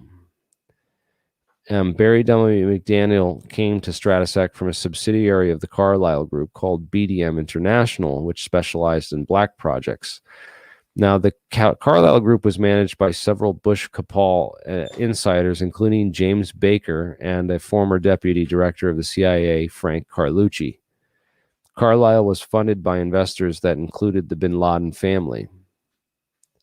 Prior to working for BDM, McDaniel had worked as a military ordnance distributor at Fort Belvoir, a facility with many links to 9/11, including the terrorist training program Able Danger and the terrorist trainer Ali Mohammed. I thought that was super interesting. So, speaking of this software connection that you mentioned, I looked into this guy, Barry McDaniel, and it turns out that Barry is currently he's currently the CEO, the vice president of a company that called Leidos or Lios. So he says it's Lios. He spells it wrong on his profile. So if you go here, he's in Reston, Virginia. I know that's where he's from, but interesting that he spells it Lios, and he says National Defense University. That's where he went to college, at National Defense University, and he works for Lios Incorporated Limited, and it turns out that it's not Lios, it's Leidos. I don't know why he's lying about the dose. But Leidos is a formerly known as Scientific Applications International Corporation. So this was what SAIC turned into, I think. It was founded I think it absorbed SAIC, which is interesting because there's that whole SAIC connection to the NIST report, which supposedly debunked the idea that the World Trade Center was blown up with explosives. So I thought that was super interesting that, you know, he goes to work for this Leidos Corporation. And what's interesting about Leidos is they just got some contract, a $270 million contract with NASA Ames Mission Research, Mission Support. Sorry, Ames Mission Support. So now they're doing mission support work for NASA on their mission support computer systems for NASA. And Leidos has also got a contract with the DoD, and they nabbed a $65 million Navy Intel support contract, and then the U.S. Air Force gave them a $950 million contract. So they got, you know, all these security contracts all over the Defense Department and NASA, interestingly NASA.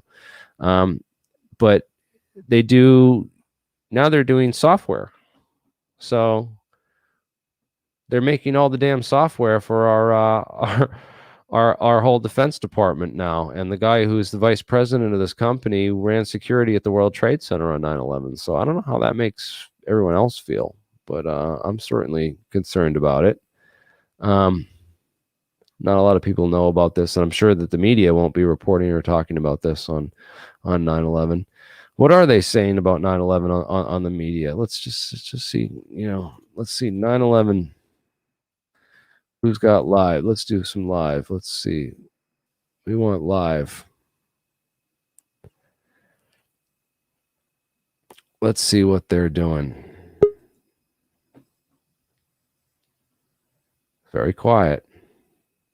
Solemn memorial, man. You know, it's crazy. There's just this pit in the ground. That's how I feel about 9/11 now. It's just this empty pit of negativity and negative. I don't know. It's just, it bothers me, man. All those people that died. They'll never tell. They'll never. Let's get into 9/11 conspiracy theories. Let's see what let's see what comes up. We search for that. Oh yeah, I wanted to talk about this one. So from election to COVID, 9/11 conspiracies cast a long shadow.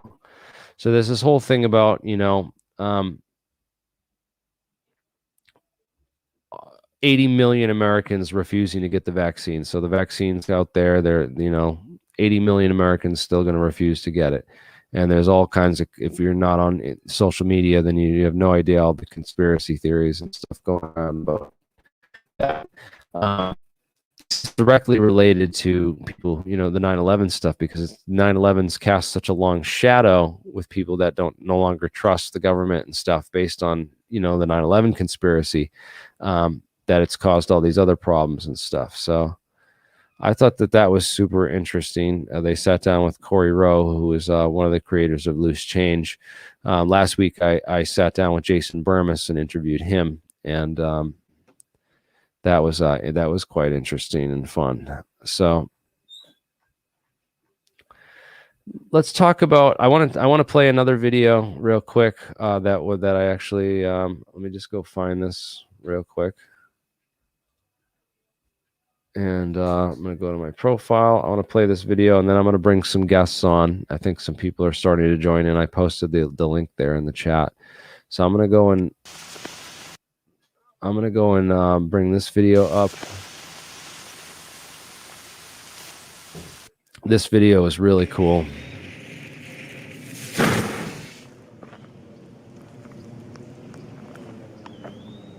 Thermites are chemical reactions that we all know and love. But did you know that thermites are actually a lot more diverse than your typical iron and aluminum stuff? Well, today we're going to look at some of the more exotic and angry versions of thermite. So I hope you enjoy this video. First, let's start with a classic. So right here is your typical iron thermite. It's about 3 parts red iron oxide and 1 part aluminum, by weight, of course. Now, it actually has a really high activation energy, which means it's very hard to light on fire. So I mixed up some starter mix so we can get it to go. Now, to show you how insensitive thermite is, I'm going to light it with this torch here.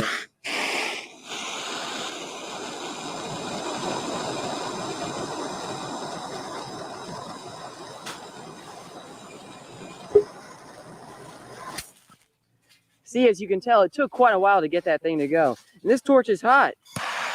I filled this hole with about a pound of thermite and then about 5 grams of my thermite starting mix.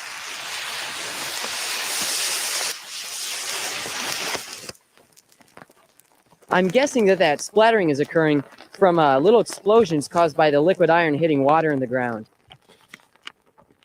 Those little red glowing nodules there are actually molten iron. And down in there you can see the really hot iron that was formed by that reaction. If you do the thermochemical calculations on the classic thermite, you see that it releases about 4,000 kilojoules per kilogram. And now to put things in perspective, if you could somehow take all of that energy and put it into moving a baseball, you could accelerate a baseball to about 7,410 meters per second, or about 16,500 miles per hour. So that should give you some insight on exactly how energetic this stuff is. Here are some iron chunks that I was able to collect from that last reaction. Pretty cool stuff, right? So next we're going to look at something that's a little bit more angry, thermite. The military decided that thermite just doesn't burn quite hot enough for some applications. So they decided to piss off the original thermite mix by adding some barium nitrate and sulfur. Now, these chemicals definitely increase the burn temperature, but it's at the cost of using up some of the liquid iron that's produced in the reaction. Now, unfortunately, this mixture is quite toxic. In fact, in this thermate charge right here, there's enough soluble barium to kill about 4 adult humans. But I don't plan on eating it anytime soon, so I should be okay. Let's see if this thermate can get hot enough to burn through this steel container here.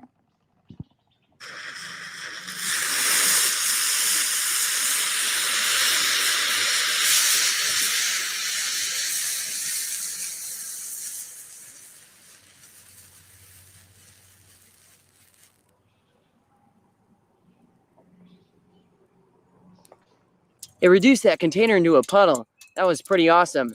The claimed temperature of this stuff is 2,200 degrees Celsius, or about 4,000 Fahrenheit. Now let's look at some of the more exotic thermite compositions. But first we have to look into the chemistry. So in a typical thermite reaction, you have a more reactive metal knocking out a less reactive metal that's bound to oxygen, giving you that free metal in the end. And in this case, this is your typical thermite, which uses aluminum and iron oxide.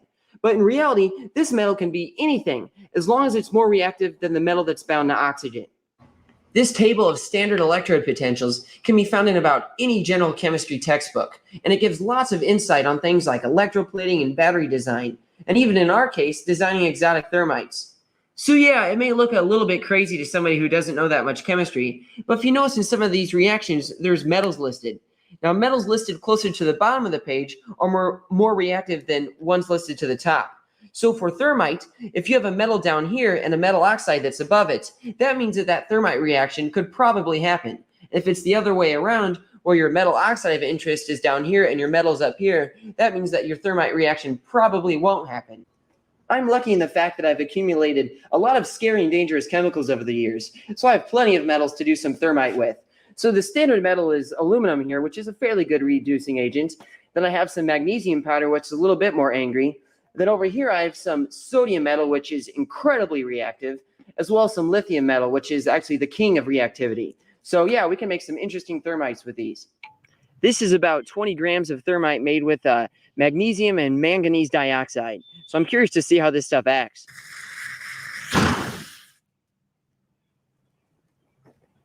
It was hard to capture just how bright that manganese thermite was, so I made it a separate charge, and I'm going to video it from a different angle.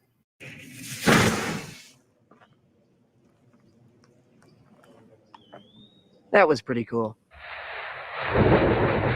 Styropyro on YouTube. That's this video. If you guys want to watch, I'm sorry, I'm trying to use this with fair use. Not my video. Here's some copper oxide and magnesium thermite. Let's see how this stuff goes. Oh yeah, this kid's legit. He's got the chemistry knowledge and everything too. Well, unfortunately, both of those copper and manganese thermites burn too quickly to leave any metal residue. Oh well. In order to try some of the more crazy thermites, I get to break into my alkali metal set. So here's some lithium metal, and it's that liquid in there is just some mineral oil. It protects it from air and water. And then here's some sodium metal. Got about an ounce in this container. It never ceases to amaze me how soft sodium metal is. I can just bend it with my fingers there. It feels almost like clay. But I have to wear gloves because otherwise it would quickly react with the water in my skin, releasing a bunch of heat and also making very caustic sodium hydroxide. I have to cut it up into tiny pieces here. That way there's more surface area to react with my other metal oxide. So I'm going to cut it up into some little chunks here and then put it under mineral oil. And here is the finely divided sodium. Now I better pack this stuff away before it decides to auto-ignite on me. Here's the finely divided lithium. It looks like there's a lot there, but in reality this is only about 3 grams. It's just that lithium is extremely low density. So I have about 7 grams of sodium in this container. And I want to react it with this sand here, which is silicon dioxide. So according to my calculations, I need about 4.5 grams of sand in here to react fully with the sodium.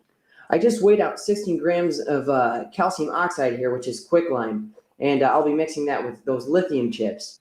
The thermochemical calculations for the silicon dioxide and sodium thermite show a surprising result. The reaction is actually unfavorable at standard conditions.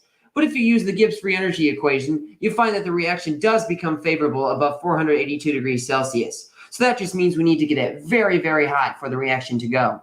But even more surprising is that with the lithium and calcium oxide thermite, the reaction is never favorable. So that means I'm just going to heat it up really hot with a bunch of thermite starter mix to see if we can get any pretty colors from the lithium and calcium atomic emission.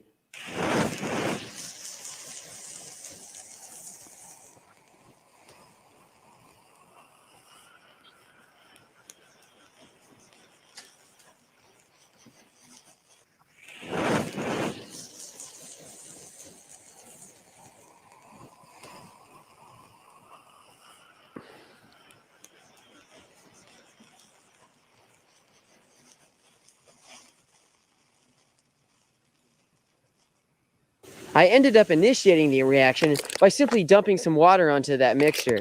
The highly reactive sodium in there reacts violently with water, and it was able to successfully ignite the mixture.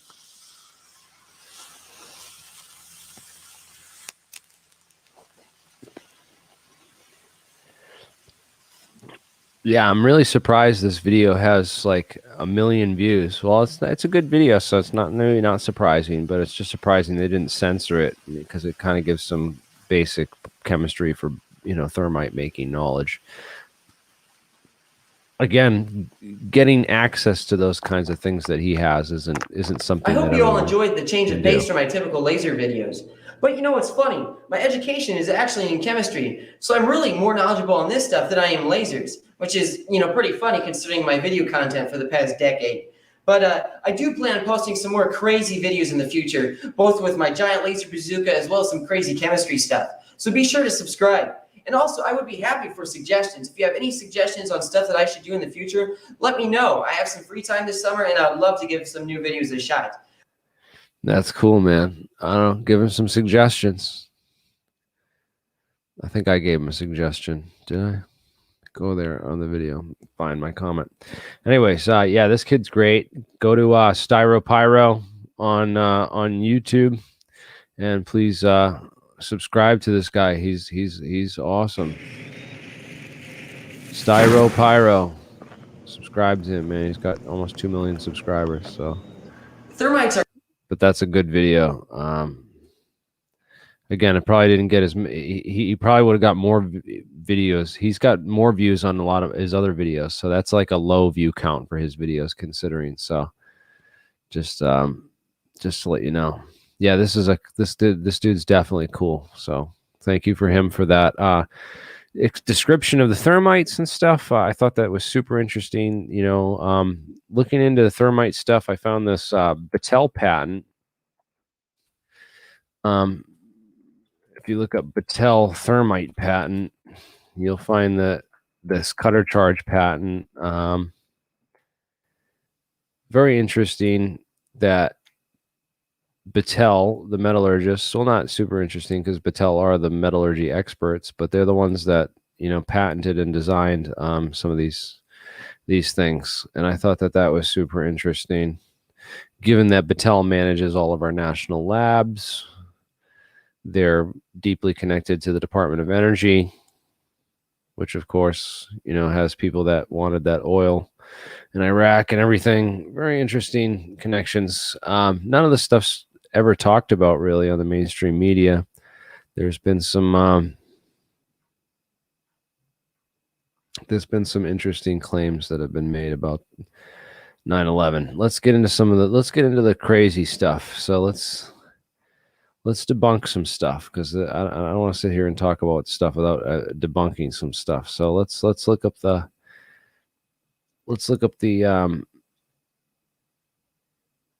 we'll start with let's do the debunking Judy Wood stuff. You want to do Judy Wood? Let's bring some guys on. We'll have a debate. We got Bernie, who's a guy who does some interesting alchemy. Hello.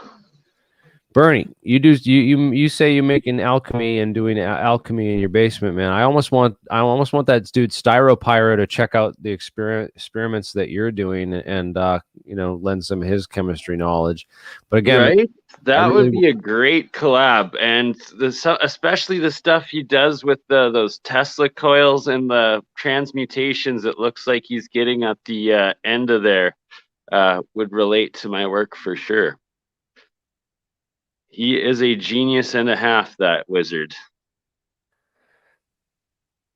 So this was there was an HBO series on 9/11 too. This is New York City, the greatest city in the world. I want to check this out. It is still a soft target for the virus, target for Al-Qaeda. Following growing criticism, Spike Lee has scrubbed footage featuring 9/11 conspiracy theories from the final chapter of his 4-part HBO docuseries, NYC Epicenters 9/11 through 2021 and a half. Early reports noted that the final chapter featured theories about the reported causes of the World Trade Center building's collapses.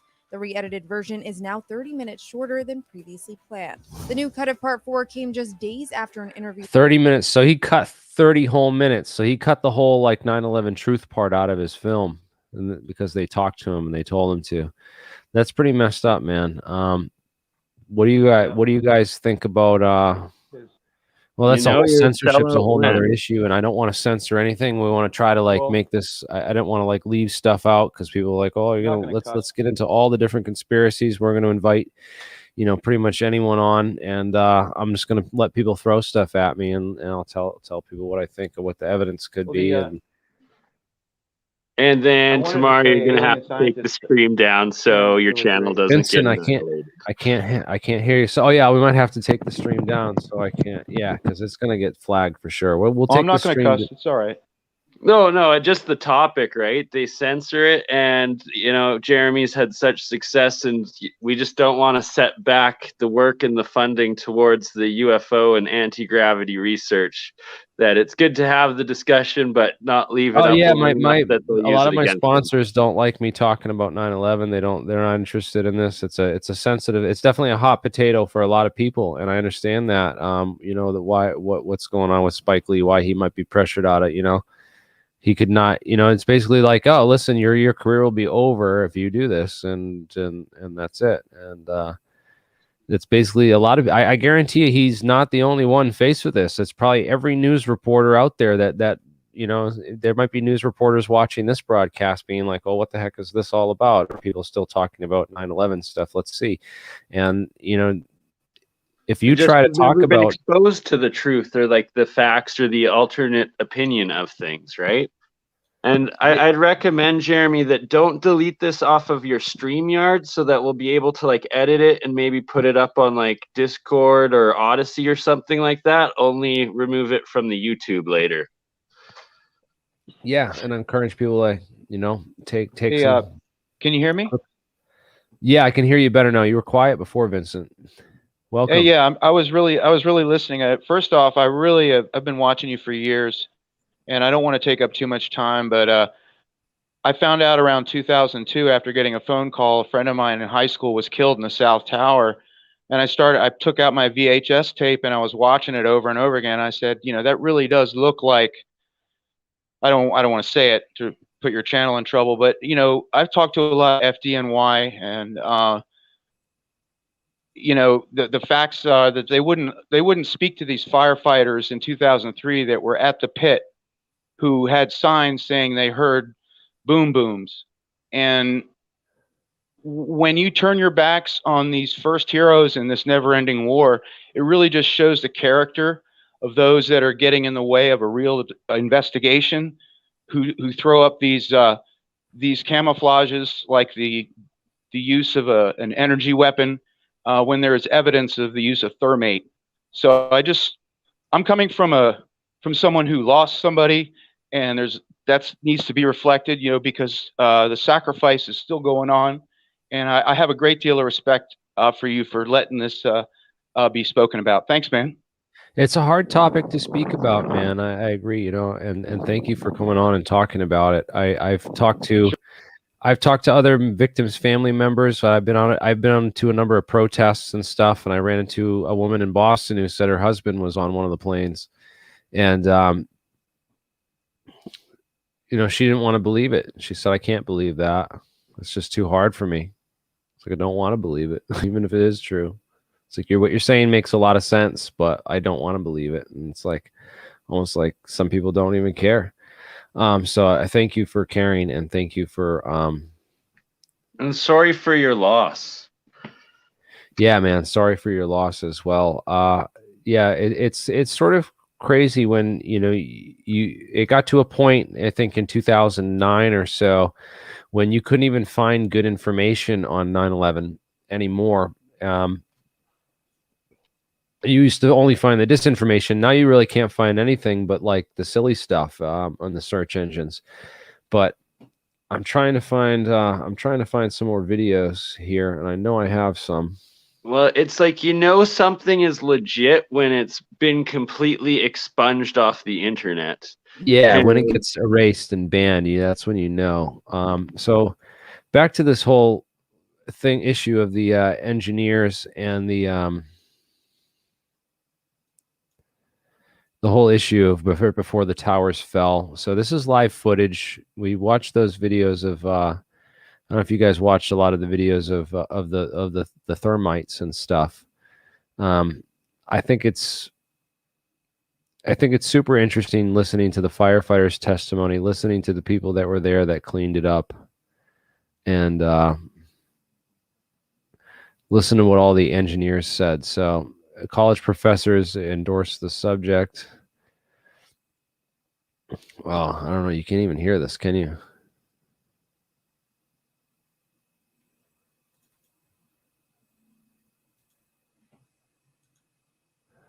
I can't hear it. I don't know what's going on with it. But yeah, I can't even find the audio for that. I don't know why that's not working. That's messed up. And I can't find nothing anymore to really show this stuff and talk about it. But yeah, let's get into the Judy Woods stuff. If you look up Judy Woods stuff, this was, of course, it made real popular by Jesse Ventura and True TV when he brought that whole thing on, and the John Hutchison effect, right? This whole issue over the John Hutchison effect, and I have a whole page on this on my website. If you go to alienscientist.com /judywood.html, I did a whole, oh my God, my account's been suspended.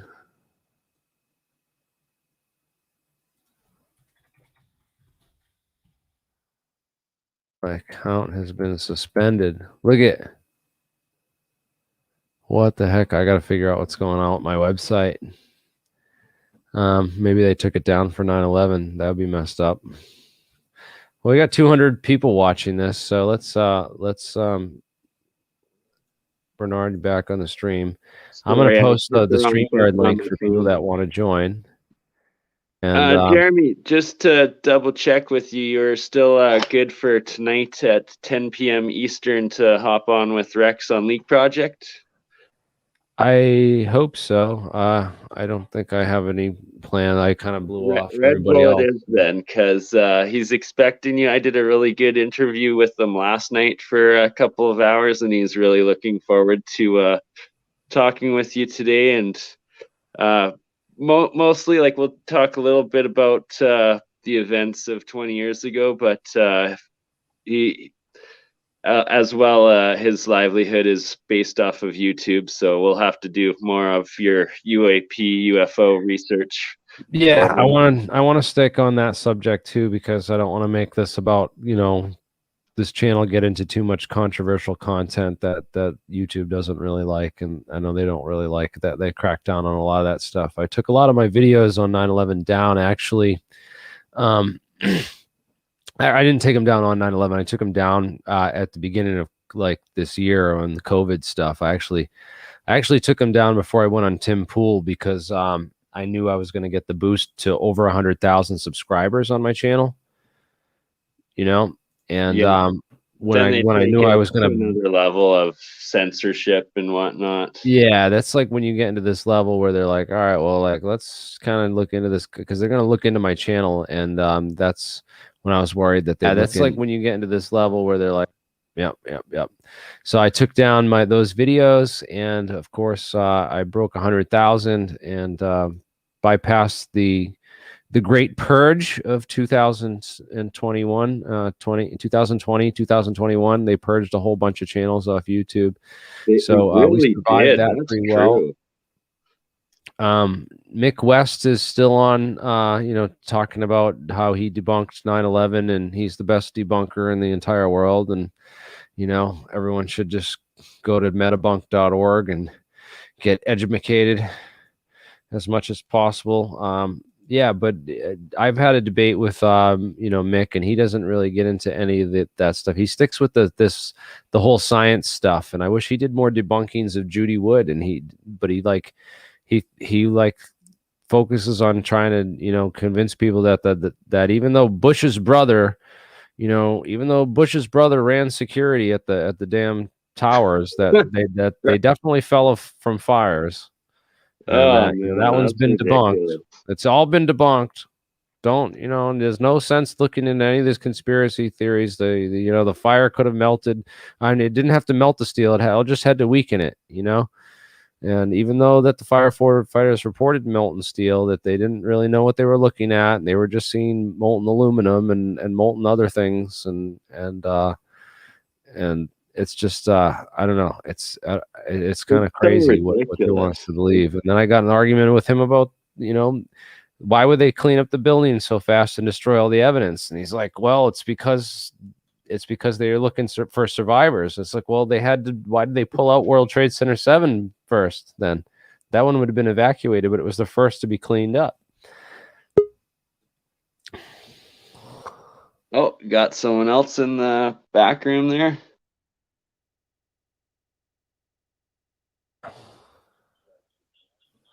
Oh yeah, hey, welcome. I wish they had a camera, but even I don't know. Where's the pools of molten steel? I want to watch that video where they talk about the pools of molten steel. All right, I can't find these videos anymore, man. They broke them all. So I guess what we're gonna do, I have a whole bunch of pictures, and we're gonna show some pictures of some stuff, and we're gonna get into it. So those toasted cars.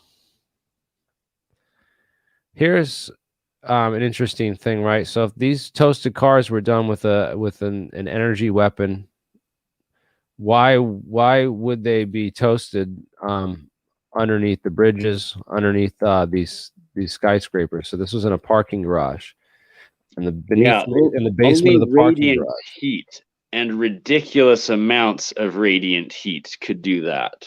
Yeah, that looks to me more like contact damage with convection, a bunch of hot gas blowing over it really fast. That's like a lahar from a volcano style of singeing, burning, scorching. Yeah. So again, the idea that that paint, that's one of the big things that Judy Wood claims is the big piece of evidence that's debunked with this picture right here. That's one of the big Judy Wood claims. Let's get some more debunking pictures. I got a whole thing of in my 9/11 disinfo bin. So yeah, this guy who thinks that the nukes, they have this nuclear thing, and they got this Russian guy to put it out too, so it wouldn't look like U.S. disinformation either. But it was total disinformation. This is an intelligence production from the get-go. There was no tritium level, so I have a whole page on the World Trade Center nukes thing on my website, but I can't find that now. There was a study that was done by FEMA, I believe, and who else did it? The Institute of Health or something. But you can find the study. I'll have to get my website back up because I have it on there. But you can basically find that no nuclear material was found in the thing. And of course, the whole mini nukes and this whole hypothesis is to make you think that, you know, they didn't need many people to bring, you know, they didn't need to have World Trade Center security. They don't need to look into the security companies or any of that stuff. I think it's a cover for that. Floors that were rented and renovated and all of that stuff, right? And all of that. So one of the things that's interesting about 9/11 is that there were a bunch of these upgrades that took place inside the building on floors that later coincided with failure and impact on 9/11. Where's that graphic? Let me I don't know where it is now. Here it is. Boom. So yeah. So if you look up these fireproofing upgrades, we have a whole bunch of these contracts that we looked into of all the construction that happened in the World Trade Center. So there were construction projects, interestingly, on the floors approximately where the planes impacted on both towers. And I thought that was a super interesting. It's like, how many coincidences do people need before they realize it's mathematically impossible? So about, you know, what high velocity objects do to different materials, you know, plywood going through palm trees in a tornado or hurricane. So there were some questions about whether the plane could impact the building, like Wile E. Coyote, that they say. You know, there's all these weird, stupid arguments, but yes, things are possible. Yes, you know, there's nothing crazy about the physics for this whole no plane theory. There's lots of evidence that real airplanes were used. There were trucks loads of aircraft parts, you know, recovered at the World Trade Center. There's this guy who made all his videos with Windows Movie Maker and Disney Print, and used to call himself CNN Fake. So that was a funny channel. And we got Nate Dogg in the house with your mask on. The good man. We don't know who this is, but Nate Dogg, sing us a song. I can't sing. I can't. You know who it is. I think I do. So here's another aircraft part on the roof of the building. More aircraft parts.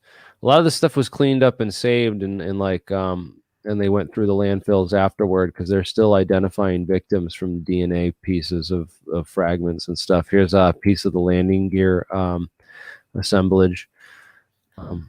So there's lots of evidence for airplanes having crashed into the World Trade Center. So anyone tells you that, you know, there isn't any evidence of planes.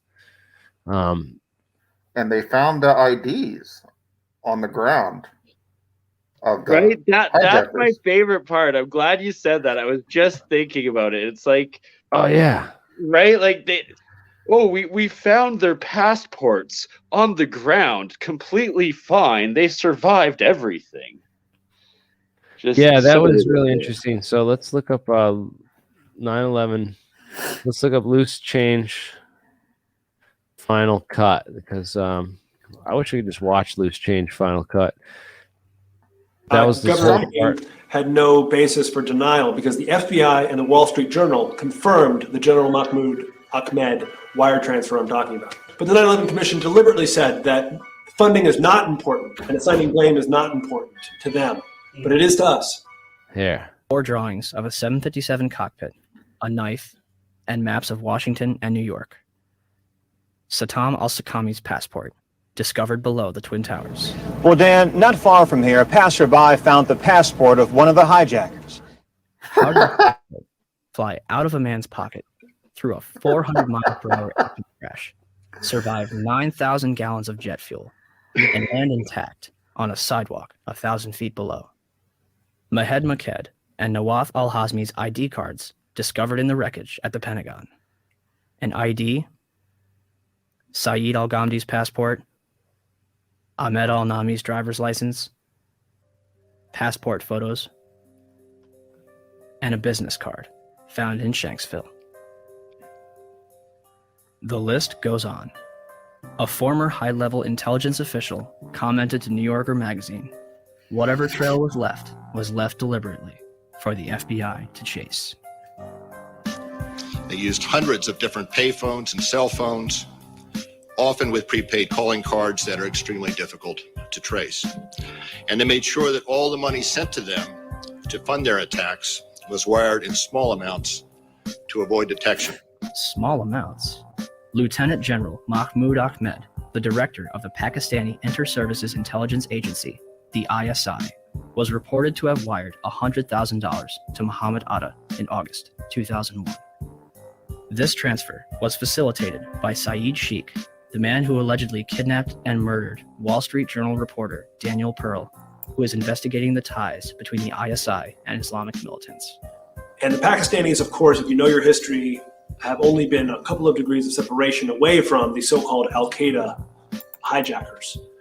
The ISI has had a long-standing relationship with the Central Intelligence Agency, dating back to the 1980s with the establishment of the Mujahideen in Afghanistan, which would evolve into Al-Qaeda.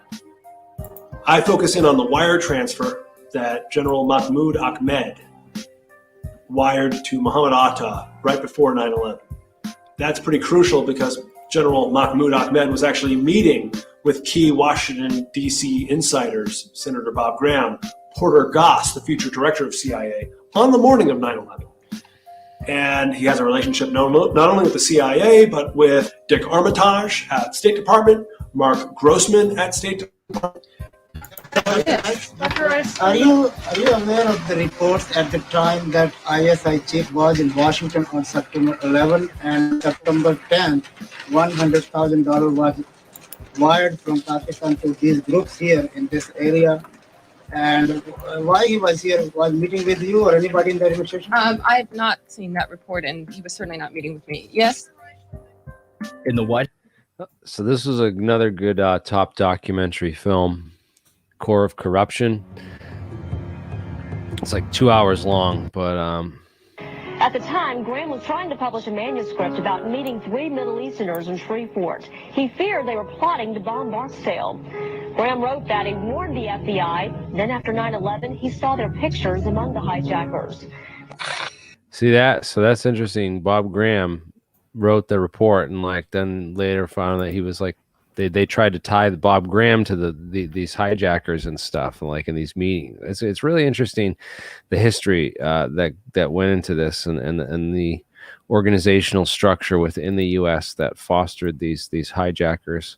The Able Danger program was this terrorist tracking program that was set up to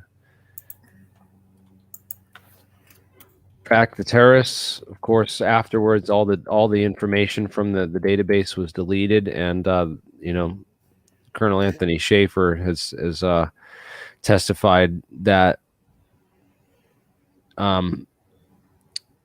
they basically like destroyed all the evidence from it, and that they had identified Mohammed Atta and a couple of these other guys beforehand, and this Brooklyn cell that linked the blind sheikh to Muhammad Atta and 3 of the plot's other hijackers. So it's interesting that they had come across this, but then it was either used to help track them or, you know, facilitate them. It's like they were using these I don't know, it's really just it's a mess, and I don't really know how much we can trust the government and what it did involved in this, because there's so many weird fingerprints on here. This is original news reports from the day. This is a great compilation of just news This coverage appeared from the October day. 5th, 2001 in USA Today.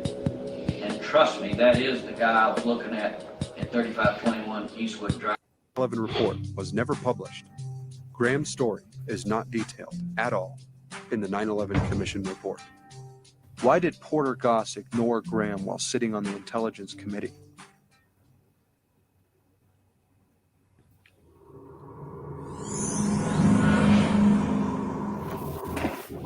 Two of the 3 hijackers Graham met were living openly and even applied for driver's licenses using their actual identities in San Diego while both of their identities were on terror watch lists for having attended a major al-Qaeda meeting just prior. They were listed as al-Qaeda operatives. A closer look now at criticism of the U.S. intelligence community. In the current issue of Newsweek magazine, writer Michael Isikoff reports that the CIA was actively tracking 2 of the suspected September 11th hijackers and even trailed those men pictured here to an al-Qaeda summit in Malaysia. The CIA knew who they were. They knew that they were suspected al-Qaeda operatives, and they failed to alert the INS, the State Department, the Customs Service, agencies that could have kept them out of the country. And perhaps more importantly, they failed to alert the FBI, which could have tracked them while they were in the country. What's stunning is that from that moment on, they lived entirely out in the open. They opened up bank accounts, they got a California driver's license, they opened up credit cards, and they intersected with at least 5 other of the hijackers on September 11th. This is probably the biggest intelligence failure surrounding the events of September 11th of all. In September of 2000, they moved in with an FBI informant, Abdul Sadr Sheikh. Abdul Sadr was working closely with the FBI on terror cases.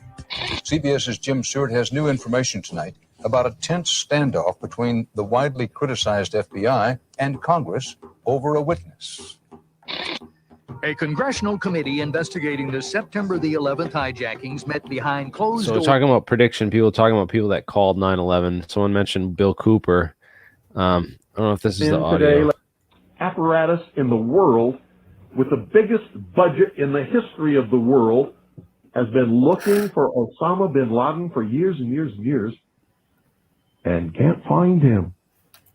The FBI also, under the leadership of Louis Freeh, has been looking for Osama bin Laden for years and years and years and years and years and many years and can't find him. Some doofus jerk-off reporter with a camera crew waltzes right into his hideout and interviews him. Now, that tells us 2 things. Either everyone in the intelligence community and all of the intelligence agencies of the United States government are blithering idiots and incompetent fools, including the entire apparatus of the FBI and all of their personnel, or they're lying to us. They're not looking for him at all. And the second is the truth. You see, the CIA created Osama bin Laden. They recruited him. They trained him. They found his leadership. They brought them all together. They showed them how to fight the Soviet Union in Afghanistan. And when that was over, they still continued to fund him and train him, and they're now using him to help bring about world government by making him the big boogeyman because they can't use Saddam Hussein anymore. When did you start hearing of Osama bin Laden? It was after Saddam Hussein and Iraq were supposedly neutralized in the Gulf War because they needed a new boogeyman. But they're not looking for Osama bin Laden because I'm telling you right now, if I were the head of the Central Intelligence Agency, within 2 weeks, I would have him dead or in custody without fail. Without fail. If I had those assets and that money, he would be mine. I would own his terrorist ass within 2 weeks without fail. A reporter from CNN and his little camera crew got in to Osama bin Laden's secret hideout and conducted an interview. If you don't believe me, tune into CNN. They're probably running it right now as I'm speaking. And if you believe it, you are one of the stupidest jerks that ever lived on the face of this earth. And whatever is going to happen that they're going to blame on Osama bin Laden, don't you even believe it. Another social engineering project to change the minds and the attitudes and the beliefs of the people of the world, and especially the United States, to bring about one world socialist totalitarian government. When in hell Are all you people going to wake up? They're Are still you not awake. kidding me? Dude, how long has it been, I mean, man? this is some It's crazy. 20 years later, and now we're having it like at warp speed. This totalitarian information government with, kids being brought up in the new where contact tracing is okay. We need to do it for health reasons. The government wants to take care of your health. The government wants to help you and take care of your health. Oh yeah, one of the most frightening phrases ever heard. Sorry, I'm speaking. I was invited by you, Jeremy. Do you want me to say what I wrote in the chat? I'm from the government and I'm here to help.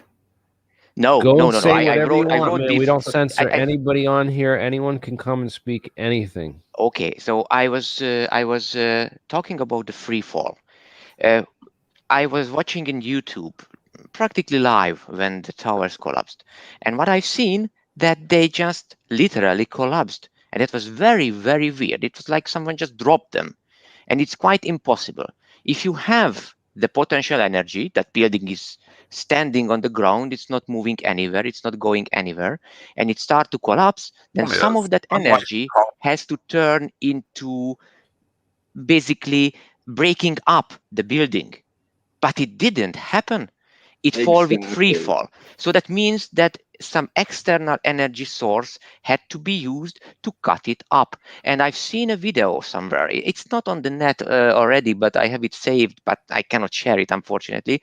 I made the habit to save all those videos immediately because sometimes they do not survive more than an hour. Some guy created these, I don't know how they called, it's not thermite, there's thermate, I don't know, it's a different word. When you are using thermite to create a microcharge and you focus it, and that's kind of very high temperature explosions. And what the guy did is created a junction of beams with 4 rivets and used 4 tiny thermite charges to basically blast out the rivets from the beams. And it required very little effort and very little heat. And I have no proof of this, of course, but I have the impression that this had to happen because that little energy, what is missing from the free fall, basically was used to grind up all that soft concrete and office floors and everything. But the main support structure simply just stopped supporting. And I had no idea what happened at that time, but when I watched the video, my impression was that, wow, this was a demolition. This was not just a collapse. And still, I don't know who did it, why they did it, but I am 100% sure, based on physics and not any physics, that stupid energy conservation. I know physics is just this little pesky thing. It comes into the way all the time, but based on energy conservation, it cannot happen as it was told. That's my opinion of it. Yeah, I would tend to agree with that notion. The collapse of World Trade Center 7 was rapid in its onset. It was and it collapsed inward. Very symmetric and first coordinated. The core, it started and with then the the walls. classic V crimp in the middle. Yes. And then the acceleration, the downward acceleration, when it was measured from video, even in conservative estimates, it fell in 6.5 seconds. I do not know if you can still find it, but somewhere on the net there was a published document about the geophones of the nearby university. I don't know, it's Rutgers, or I don't know which was the nearest university with the geophysics department. And the geophones registered the impact of the buildings. And that impact has the rumble, and then the peak, and some aftermath. And on that, you can measure with millisecond precision, because someone argued that, well, on the video, you cannot really measure it precisely because frame rate and whatever. No. On the geophones, which register the actual impact of the building collapse, you can have it. Yes. So it is a precise measurement, and it is physics, and it is energy conservation. And so far, Yeah, it was David not Chandler, debunked he's as a far high as I school know. physics teacher, you know, and he did a video Yes. on it. And I've yet to see like a real good debunk of this. You know, NIST addressed the issue of free fall briefly in their report. They kind of sloped the Yes. curve. They added their own curve to it, very you know, conservative estimates to kind of they wanted to get rid of that rapid onset of collapse, which they didn't show. And if you look at the corner, the tower, as soon as the structure gives way, it just completely gives and falls. There's no resistance, and that's Yes, what they tried to deceptively get rid of in their graph by showing this you know, slight curvature at the top. That was one of the key things. If anyone who's done, you know, knows anything about kinematics Yes. and graphing, velocity and acceleration functions and all that stuff that you do in Yes. physics. And after that, you have some kind of resistance because there are still building materials to grind to dust, let's say, but the main support was gone. Yes, that's interesting. And of course, you know, NIST in their report blamed it on that failure of column 79, which you know, triggered this whole collapse of the entire structure. But that would have meant only that on the first few floors, which was affected by the heat, that would have started with collapse, and then would come, which is called, I think, the pancake effect. When you reach a terminal velocity, when you have the pile energy driver of the effect too. Yes. I don't know. I think it's a pancake. I have different names, which There's means been a that couple you. different theories. One of the first was proposed Yes. by a guy named Bazant, and he was from it was at MIT. No, he was from not from MIT. He was I forget where Bazant was from, but he brought the first you know, theory of collapse. Then it was Thomas Egar of MIT. Familiar with these guys? Yeah. And two more things that I wrote in the chat. I One was is told that that Igor was kind of forced to go along with it for political reasons and stuff, but that he, you know, kind of backed off of the claims made in that initial he was kind of just pushed into writing it, you know, and it's very emotionally charged, hot potato subject. So you can see how some, you know, engineers get like sucked into writing something for it, and then they get a lot of support or something, and then so they don't back down they won't back down on it because, you know, it's a hot potato. There is one more thing which was not explained, that the collapse supposedly started where the fire burned. Okay, that was not the top of the building. So what broke up the floors above the fire? Stephen Jones lost his professorship at BYU when he started speaking out about 9/11, and there were a number of others who were fired and stuff from their university positions as well. Interestingly, Judy Wood, I don't think, was relieved of her position. This anti-science stuff didn't start it now. I thought that was interesting. But there are a number of scientists that I've met and talked to. You know, a lot of people, you know, it's cool if you don't want to touch this, don't touch it. And I'm not going to like feel bad if people don't want to like get involved or they're not interested and just, you know, would rather spend their time on solutions and getting us, you know, away from the problems that created this mess. Because that's really what we need to, like, I feel like I want to talk about a little bit more right now and switch gears is like, okay, you have all this scientific evidence, you know, all the, you know, and say you could prove that the towers really were brought down from inside, you know, say it was Solomon Smith Barney, the #1 tenant inside World Trade Center 7, and say Donald Rumsfeld, who sat on and Dick Cheney, who both sat on the Foreign Policy Advisory Board for Solomon Smith Barney and World Trade Center 7, that Dick Cheney and Donald Rumsfeld were involved in this big conspiracy to take it all down. Why did they do it? Jeremy, just one thing. Did you get the link what I gave about the Open Chemical Physics Journal 2009, which is saying active thermitic material discovered in dust from 9/11 World Trade Center catastrophe? It is an open access document. You posted it in the private chat? Yes. I can't see. I don't see it. Where? Oh, geez. Where is this mystery? The mystery plane above the mystery plane. Oh, I have no idea, but yeah, that looks like it. 9/11 Speak Out. There's a PDF there. Yes, that PDF. This one, right? Niels Harrit Yes. and Kevin Ryan, Stephen Jones. Yes. Kevin Ryan is a good guy. Niels Harrit's a good guy. Kevin Ryan did a lot of great research. I have one of Kevin Ryan's books right here. I'm going to show this real quick. Two more things I add, and then I shut up.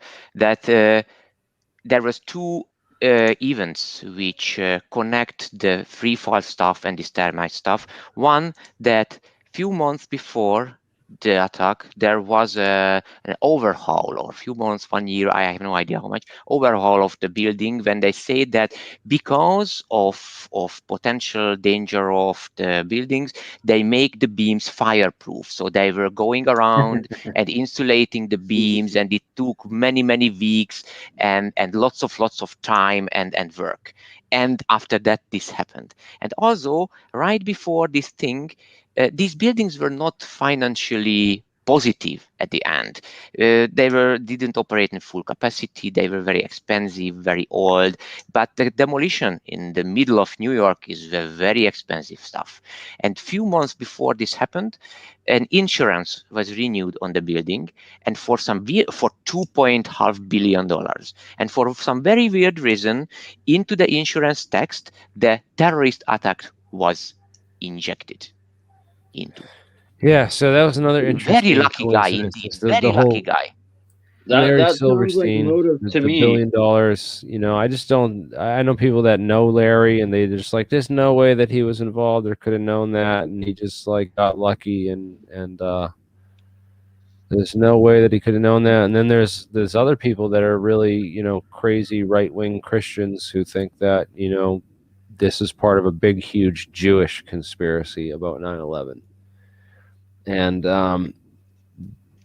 one of those guys, someone paid, I think gave me a super chat earlier and asked the question, which I meant to get to it, and I didn't mean to ignore that. Now it's gone because I just got so distracted. I was trying to get so many points across. But one of the questions was Ryan Dawson. And Ryan Dawson, one of my opinions on Ryan Dawson. Ryan Dawson got banned, of course, from YouTube. And I sort of agree with that decision because he was spreading a lot of anti-Semitic conspiracy theories. That's a violation of the terms of service of YouTube. I can talk about conspiracy theories. I can fact check stuff, but if I'm sitting here and basically spewing hate, that's not allowed, right? You can't group an entire group of people just with one particular, a few particular bad actors' actions, right? And I agree with you there, Jeremy. So back to prosecution and law, right? So if you look up, learn something about, remember we talked about means, motive, and opportunity, and how prosecution and law works. Now, when I create a corporation, I essentially create a person. And that corporation functions as much as a single individual person would, right? And it gives it personhood. So when that allows the personhood of the corporation to be sued as an individual in a court, or to have a court order. So in order to bring a court order, you need to have a lawsuit against a person, right? So I cannot if I'm a prosecutor and I'm trying to come up with a law and prosecute somebody, it just makes absolutely no sense from any legal standpoint to indict an entire group of people, or to say, oh, there was the CIA, that 9/11 was the CIA, or it was the government who did this, right? So you hear all these things. Oh, people think it was a government conspiracy. That's not, maybe it was people within the government and stuff, but it was like, doesn't mean the entire government is involved. You have to focus on individuals, and I think that's one of the issues where so many people get lost in the 9/11 research, and and ideology, because of course, the official conspiracy theory is that 9/11 was done by Muslims who were devout Islamist extremists, and it was done by these 19 guys who were, from mostly Saudi Arabia, a few from Pakistan.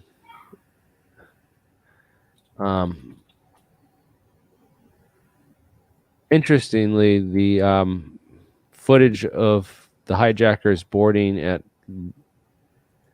so this is Mohammed Atta boarding at Portland Airport. They don't have video of him boarding at Logan because he didn't pass security checkpoints at Logan because he flew in from terminal to terminal, flying in from Portland on a connector flight that morning. In fact, they drove up to Portland from Boston to take the connector flight to Boston, just so they could bypass security because they had different security at that airport, which was interesting. But the security at Dulles, there's no footage of them boarding either. There's lots of interesting things about the evidence for these 9/11 hijackers. And back to that issue of whether they needed, they had backup plans or whether they needed hijackers at all. They could have got these guys on the flights through, other coordinated deceptive means, and then hijack the planes by remote control, as we saw in that X-Files video earlier, which is kind of crazy. But in any case, there's no evidence of what happened either way, but it would be great to have a real investigation. Or what would you find if you did an investigation now? And what would you look into, and where would you start? And we have tons of leads and stuff, but it's, again, how would we push the government to investigate this?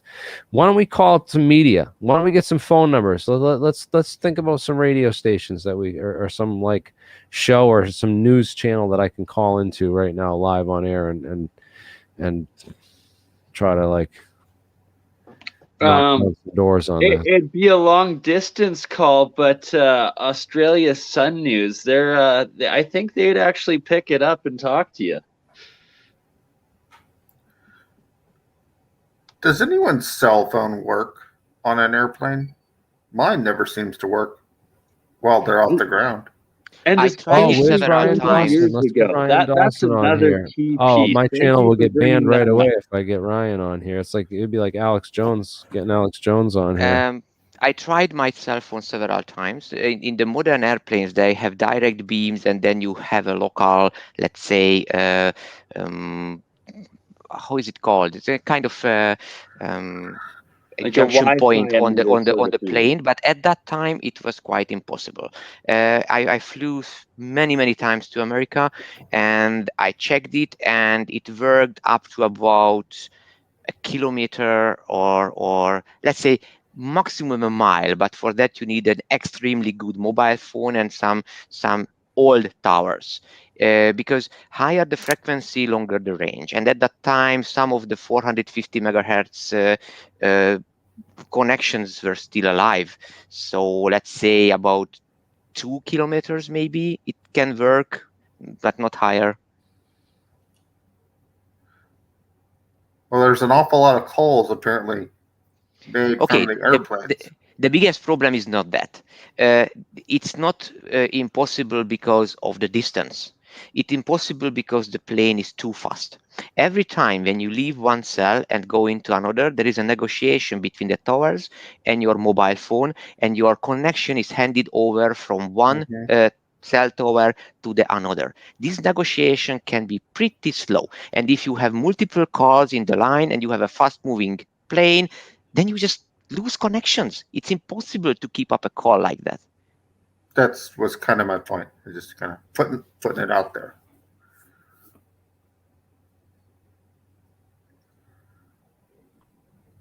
It's pretty much that no matter what aspect of the official story you look at, it's just absolutely ridiculous and has no basis in reality.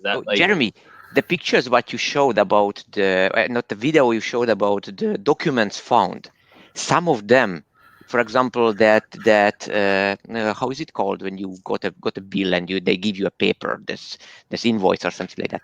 That was on heat paper. You know, where you are put the writing on with heat.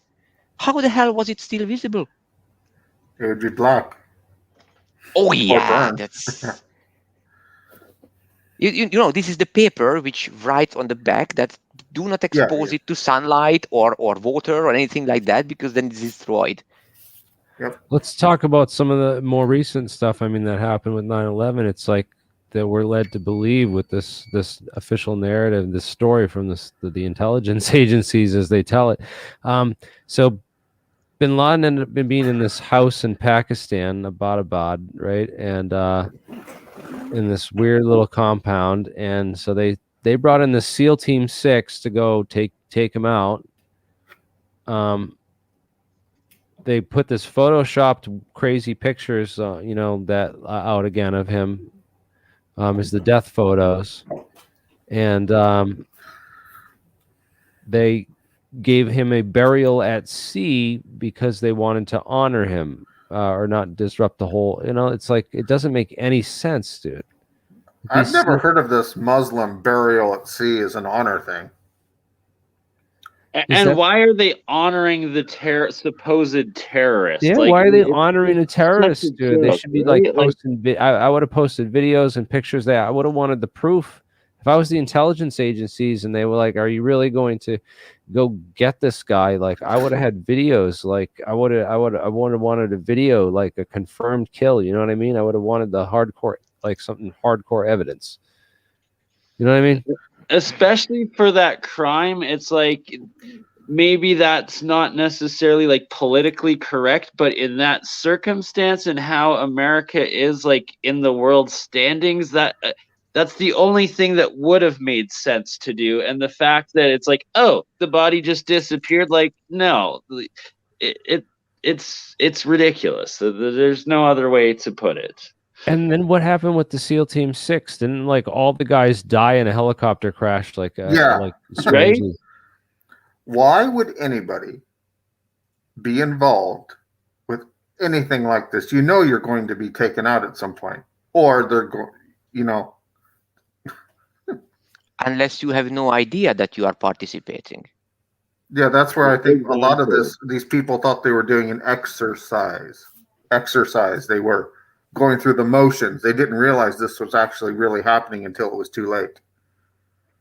That's a very old trick when you just cut up the task in a way that nobody knows what is really happening.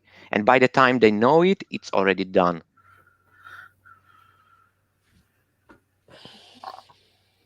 Anybody that's been in the military has been through exercises. Yep, exactly. And it's like, how many exercises go live over the years? It seems to be every single one that is these false. So some interesting things. Let's talk about the coincidences with 9/11 and the exercises and all that stuff, right? Right. You're welcome for the segue, by the way. So there was a tripod 2 exercise FEMA was doing. Yeah, so tripod 2 and FEMA. This is on 9/11 myths, of course, too. But they were doing a drill with Rudy Giuliani. Was actually had basically they had set up this whole. I think this might be actually connected to that emergency command center, because people don't know that there was this emergency command center, right, that was set up inside of World Trade Center 7. The alert fighters were also stood down for that day. And they didn't even use it. They stood down that day. Apparently, they didn't even use the emergency command center, which had been created to deal with and handle this type of event. And then they all looked back later and they said it was a stupid idea putting it in World Trade Center 7 because it was too close. Blew up, right? Like their command center that is designed to handle and survive these attacks magically just collapsed on its own. Oh, yeah, they sure. did. They put they put a couple billion dollars. I mean, a couple $1 million into the remodeling the place to give it its own independent air and water supply. So they had like air filtration, so they could chemical attack, or even the burning buildings, they could have stayed there throughout it. And it's interesting. Barry Jennings talks about this. So let's play the Barry Jennings interview. I do not know if you already talked about this part, that the plane which crashed into the Pentagon, the hole was on crazy low. So some of the how those guys called to make tricks with very powerful little airplanes, those. It's called aerobatics. Yes, even some aerobatic guys had difficulty doing it because it was literally about 5-10 meters from the ground, and then it penetrated the Pentagon wall in a way for the that city it actually. department.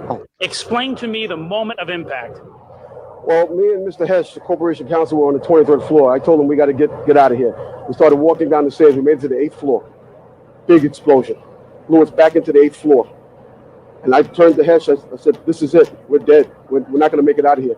I took a fire extinguisher and I bust the window out. That's when this gentleman here heard my cries for help.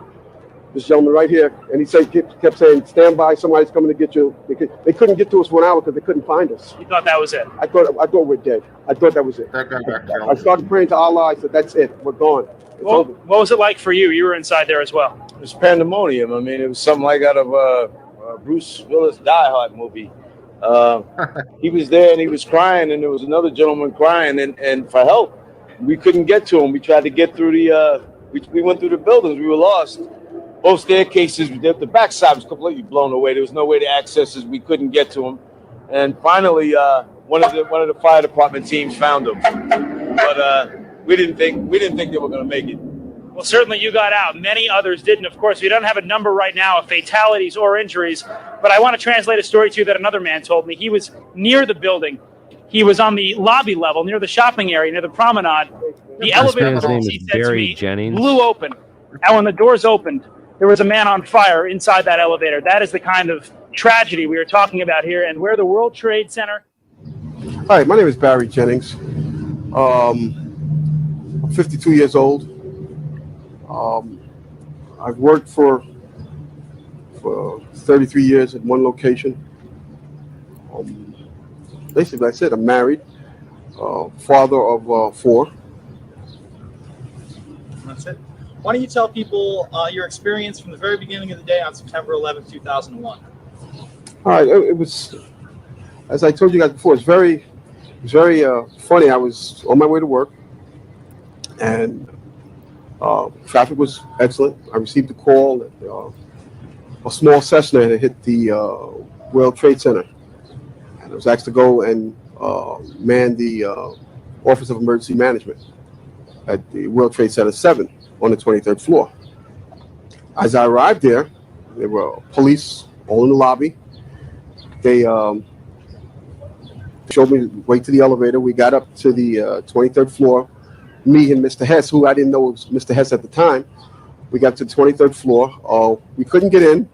We had to go back down. Then security and police took us to the freight elevators where they took us back up, and we did get in. Upon arriving into the OEM EOC, we noticed that everybody was gone. I saw coffee that was on a desk. Still, the smoke was still coming off the coffee. I saw half-eaten sandwiches. And only me, Mr. Hess, was up there. So that's the OEM. After I called, only him and Mr. Hess were up there at the OEM. So the only person in the OEM was Mr. Hess. So Michael Hess.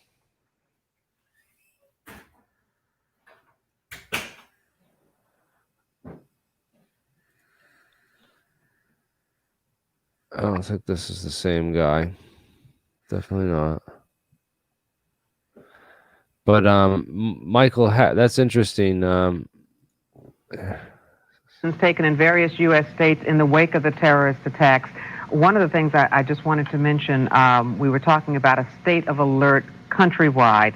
Heightened security went into effect at government and corporate offices, at the Army's main germ warfare defense laboratory in Frederick, Maryland, city offices in Colorado, oil refineries in Louisiana. When we have Frank Uciardo back on the phone with us, Brenda, with some New York City officials. Frank, go ahead. That's right. I'm standing here right now just off Broadway by City Hall with Michael Hess, who is the city's corporation counsel. Mr. Hess, you were trapped in, I believe, 7 World Trade Center. Go ahead, sir.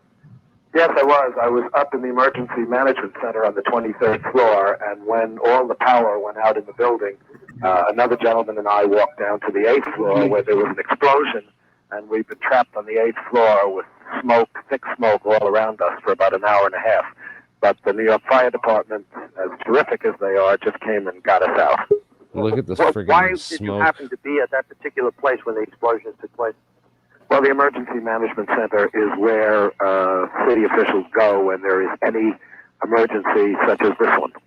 How do you feel that the OME, the emergency management, is going to be handling the situation? It seems like they're still trying to arrange triage areas and areas of command and setup. Where will they be now? I don't know where the centers will be, but obviously the mayor and Commissioner Shira of OEM are watching the situation carefully, taking all the right moves, and everything's under control. Where is the mayor located now? I don't know myself. As I say, I was trapped in 7 World Trade Center for the last hour and a half. Thank you very much. That's Michael Hess. He is the city corporation counsel who was trapped over by 7 World Trade Center. This is Frank Uciardo reporting live from Lower Broadway, right down the block from City Hall. All right, Frank, just stay with us on the phone here for... Wow, that's pretty crazy. So,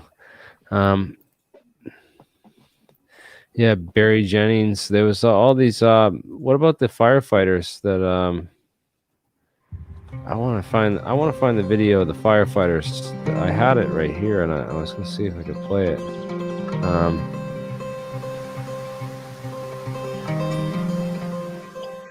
I have the video where they all basically. My day started for September 11th, actually, on September 10th. I go into work that night, start at 11:30. 8 o'clock in the morning rolls around, the end of our shift. I leave the building to...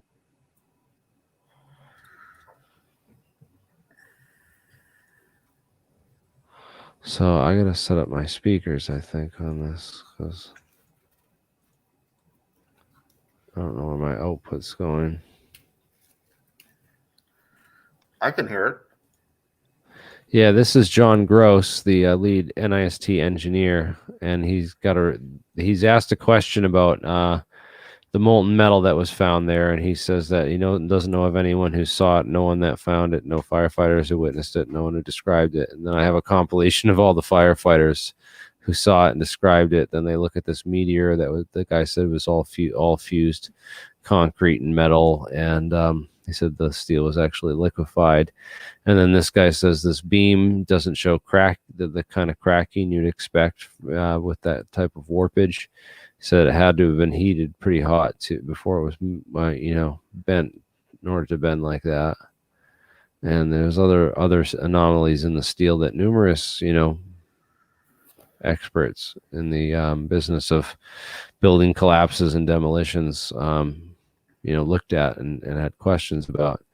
There was that FEMA photographer. I know a number of people that talked to that FEMA photographer, and he basically said that the whole thing was a fraud, and that he was told to cover up the. He said that FEMA took a lot of the footage that he took and a lot of the camera, because basically they came in. FEMA came in. The Federal Emergency Management Agency, which, of course, from the COG perspective, the Continuity of Government program, basically created FEMA. The precursors of all this stuff in the 50s was the responsive continuity of government for the atomic bomb and everything, and so they created FEMA in the 70s, and FEMA was holding these drills for attacks. And including some, I forget what the drills were for, but I know that there was a drill. There was also a drill that was happening at the Pentagon, and Charles Burlingame, the head pilot for Flight 77 on the hijacked plane. I mean, this was a big guy, and he was an ex-military dude, and it was hard to believe that 5'5" hijacker, the lead hijacker that was able to take over the cockpit and subdue or kill this guy and take control of the plane. Which is why a lot of people think that they like that theory with the Systems Planning Corporation with that AWACS FTS, the flight termination system, that computer counterterrorism group that Bremer was involved in. And then the whole thing with that Dov Zakheim was the comptroller of the Pentagon on 9/11, and he was head of that company that did all the electronic plane technology and hijacking stuff, which I thought was interesting. But Charles Burlingame took part in a drill. He was one of these guys who was in this Pentagon drill that they basically did drills for this disaster planning stuff because they wanted to test out various scenarios. And one of the scenarios was a plane crashing into the Pentagon. And he took part in those drills. And they were actually discontinued because they were seen as a waste of money because it seemed impractical because, of course, they have a whole bunch of defenses that are set up at the Pentagon, including, surface-to-air missile batteries on the lawn, which are classified, and you don't know where they are to talk about them. But they have hidden away SAM sites on the Pentagon, all around the Pentagon, so you couldn't get a plane anywhere near it, especially with the air defenses that are around there. So those programs were discontinued, but the guy who knew about something about those programs, is interesting that he was the pilot that would fly into the Pentagon.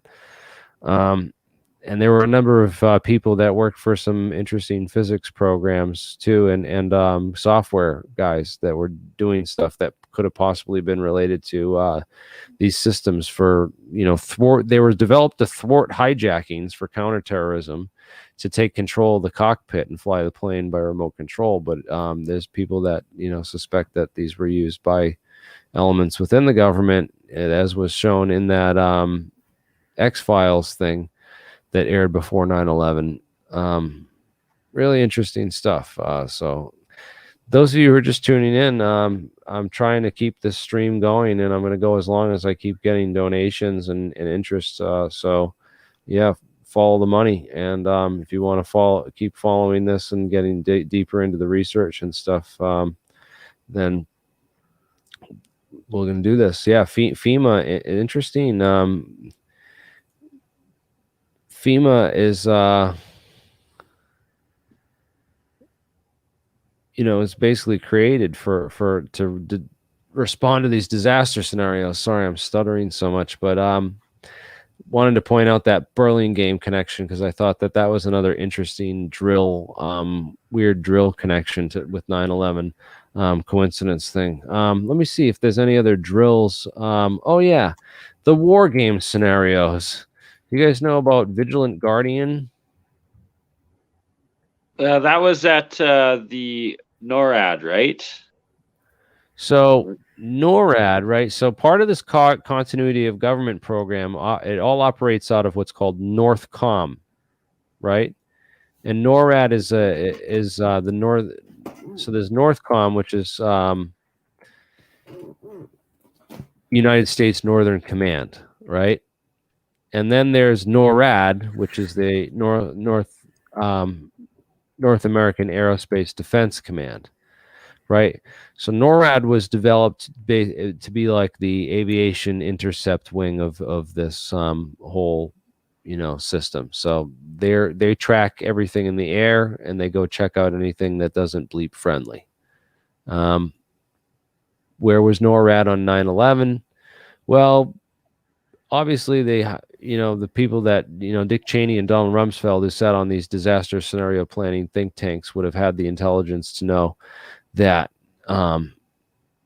if you hijack a plane, it's going to get, there's lots of terrorism scenarios that will intercept and prevent, the hijackings from going further, including a policy that was to shoot down aircraft, right?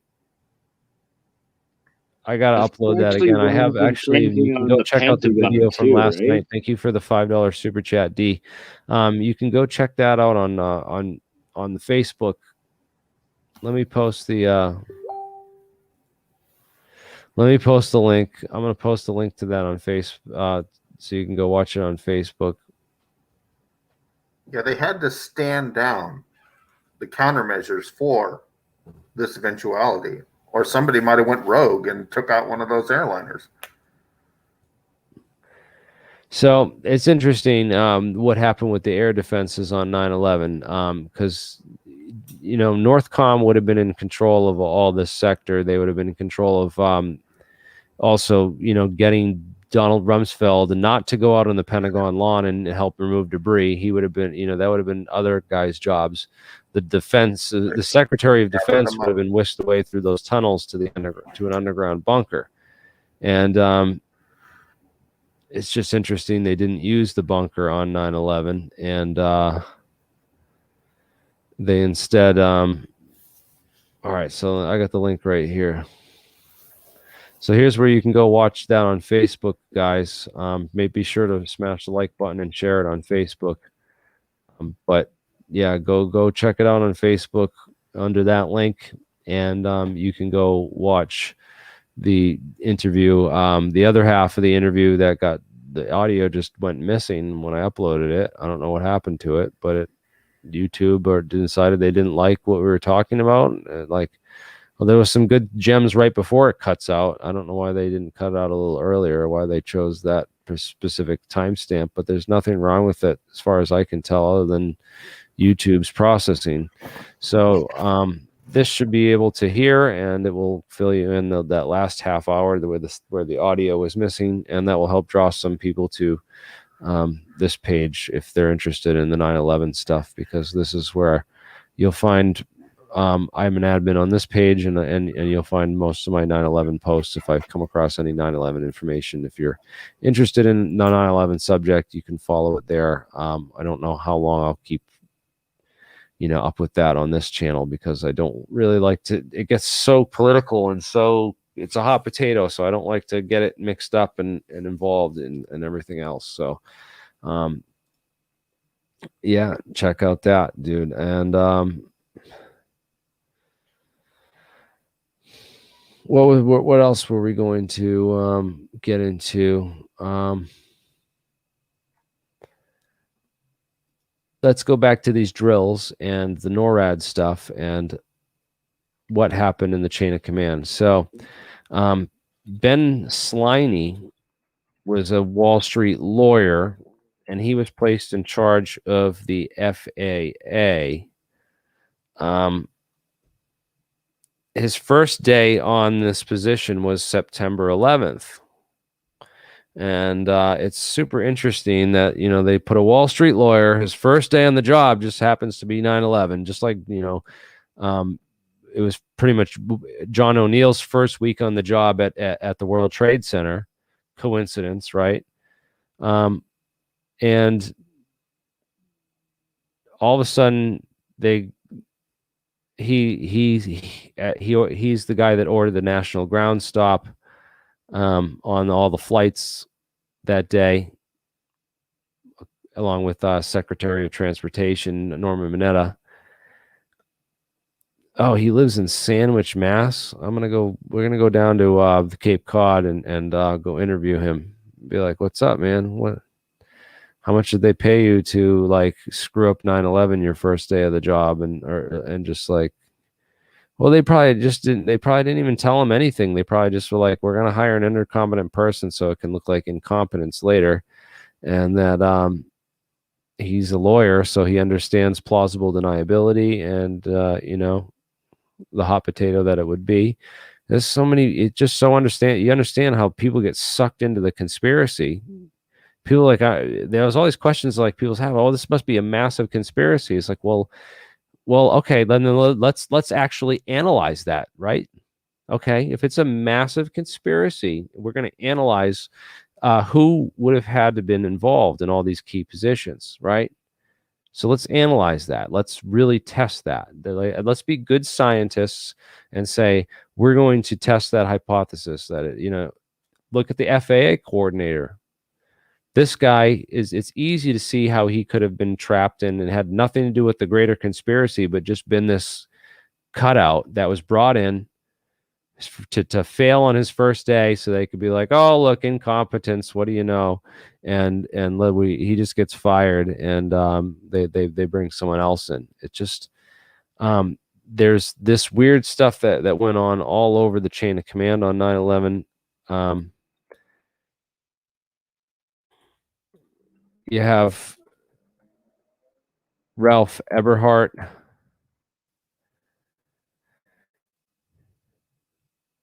Operation Desert Shield.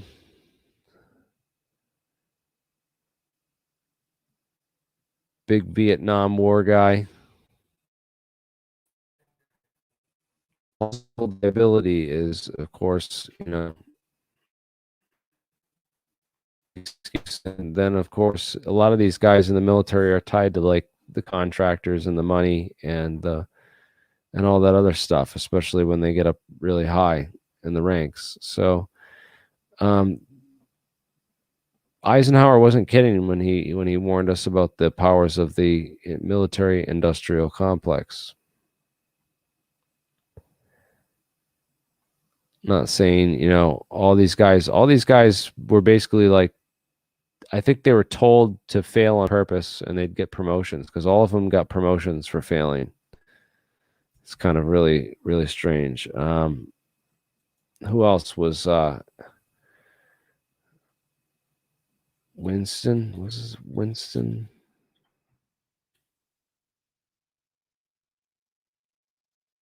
I don't remember the guy's name. And I'm not going to find it, but right now, in any case, yeah, it's really interesting when you look through the chain of command on 9/11 and everything that happened. Mike Canavan is another one.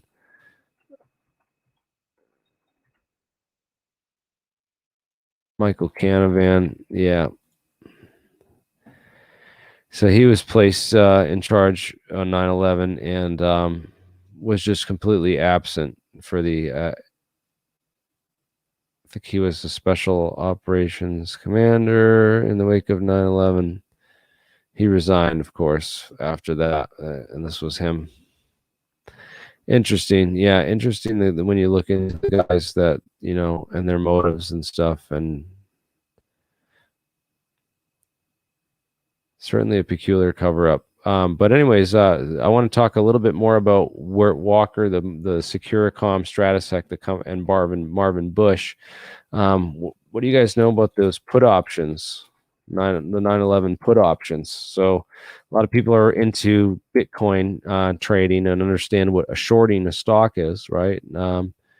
If you trade Bitcoin and do any kind of bets on trading, basically this was published back in Yahoo Finance back in the day. And it talked about the daily losses that happened to American Airlines and United Airlines stock right after 9/11. And somebody put bets on the stock. You can put a bet that the stock is going to go up, or you can put a bet on that the stock is going to go down. And it's super interesting when you look into that.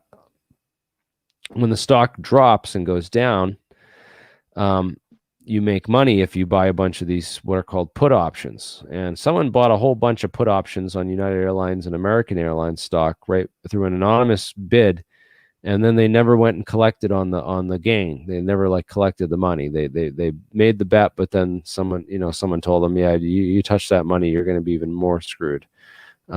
So they left the money alone. They didn't get caught, but they basically tied it back to a couple guys. One was Wirt Walker. That was a super interesting connections to this. If you go to evidence of informed insider trading, the September 11th attacks, here's a link. That I'll read this article. Just after September 11, 2001, many governments began investigations into possible insider trading related to the terrorist attacks of that day. Such investigations were initiated by the Netherlands, Switzerland, governments of Belgium, Cyprus, France, Germany, Italy, Japan, Luxembourg, Monte Carlo, and the United States. Although the investigators were clearly concerned about insider trading and considerable evidence did exist, none of the investigations resulted in a single indictment. That's because the people identified having been involved in these suspicious trades were seen as unlikely to have been those associated with the 9/11 crimes.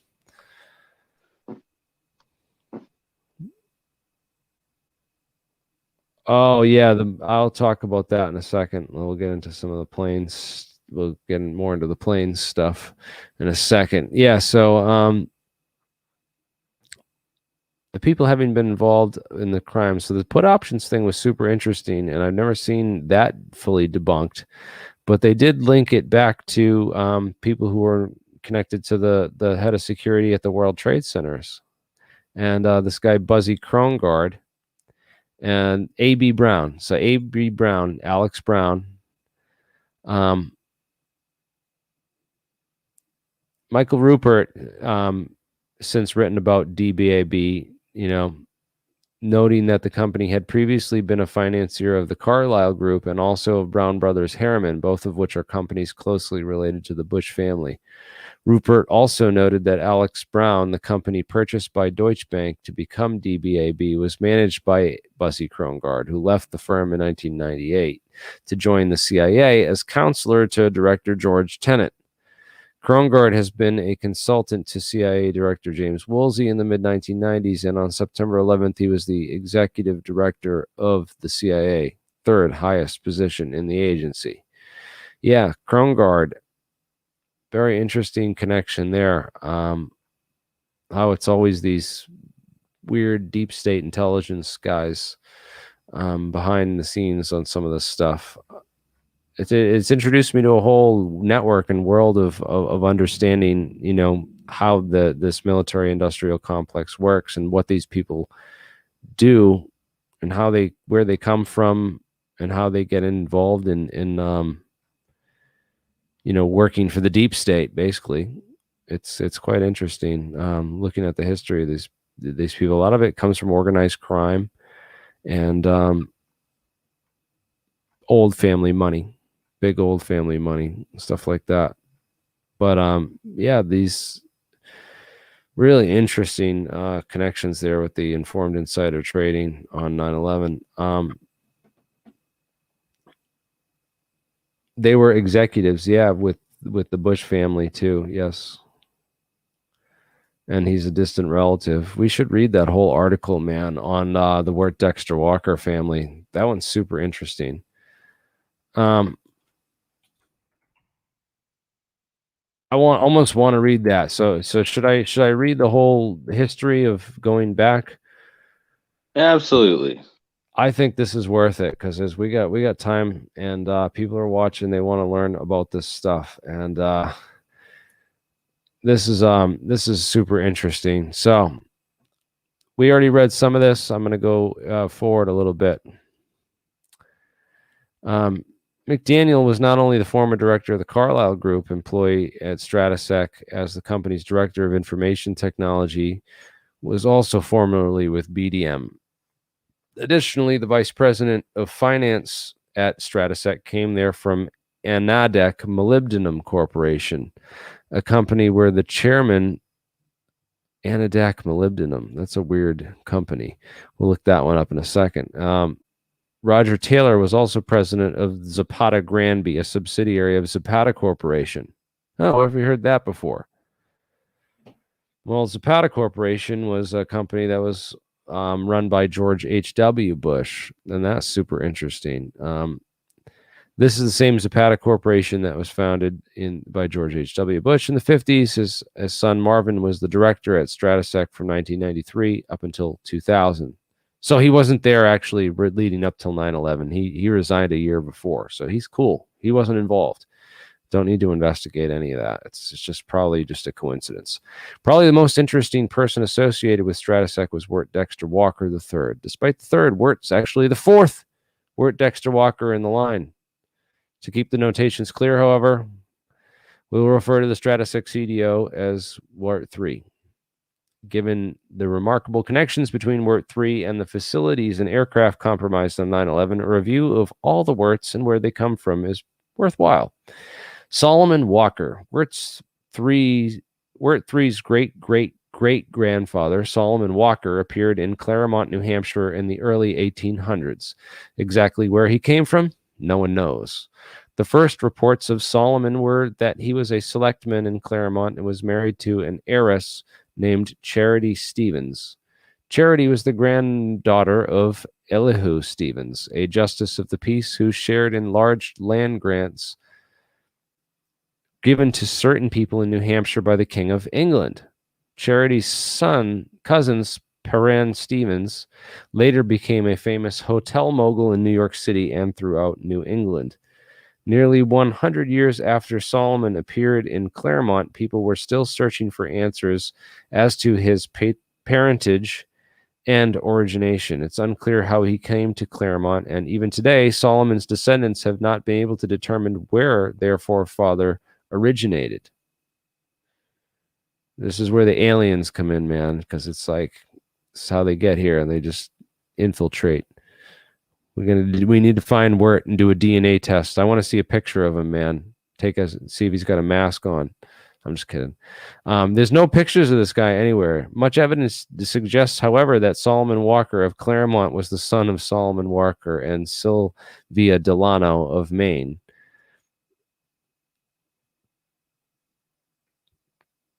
Another Solomon Walker. The recorded history of their youngest son, Solomon, is vague and suggests that he was married twice to women much older than him. His second recorded history of their whom he supposedly blah, blah, blah. This is not important stuff. I want to get into the important stuff. Let's go over to here. So James Monroe Walker. Solomon Walker's son, James Monroe Walker, was an attorney who was president and solicitor for the Chicago, Burlington, and Quincy Railroad, and Michigan Central Railroad, and Wilmington Coal Company, and Kansas City Stockyards, and the Union Stockyard and Transit Company. James M. Walker ran these businesses for the opium traders at Russell and Company, who invested in these railroads and their major infrastructure in the U.S. during the mid-1800s. Russell and Company was started in 1818 by Samuel Russell, cousin of the founder of the secret society called Skull and Bones at Yale. So the cousin of the founder of the Skull and Bones is the guy who created this Russell and Company, William Huntington Russell. Samuel got his start through merchant companies like Whittlesey and Alsop of Boston, Mass.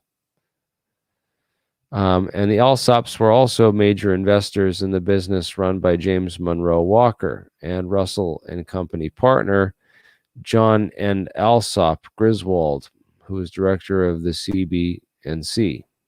Oh, the CB&Q, of that Quincy Railroad, and as president of the Illinois Central Railroad. Many years later, in the 1960s, Washington Post columnist Joseph Alsop, a descendant of the Whittleseys and Alsop owners, convinced President Johnson to create the Warren Commission, which was a cover-up for the assassination of President Kennedy.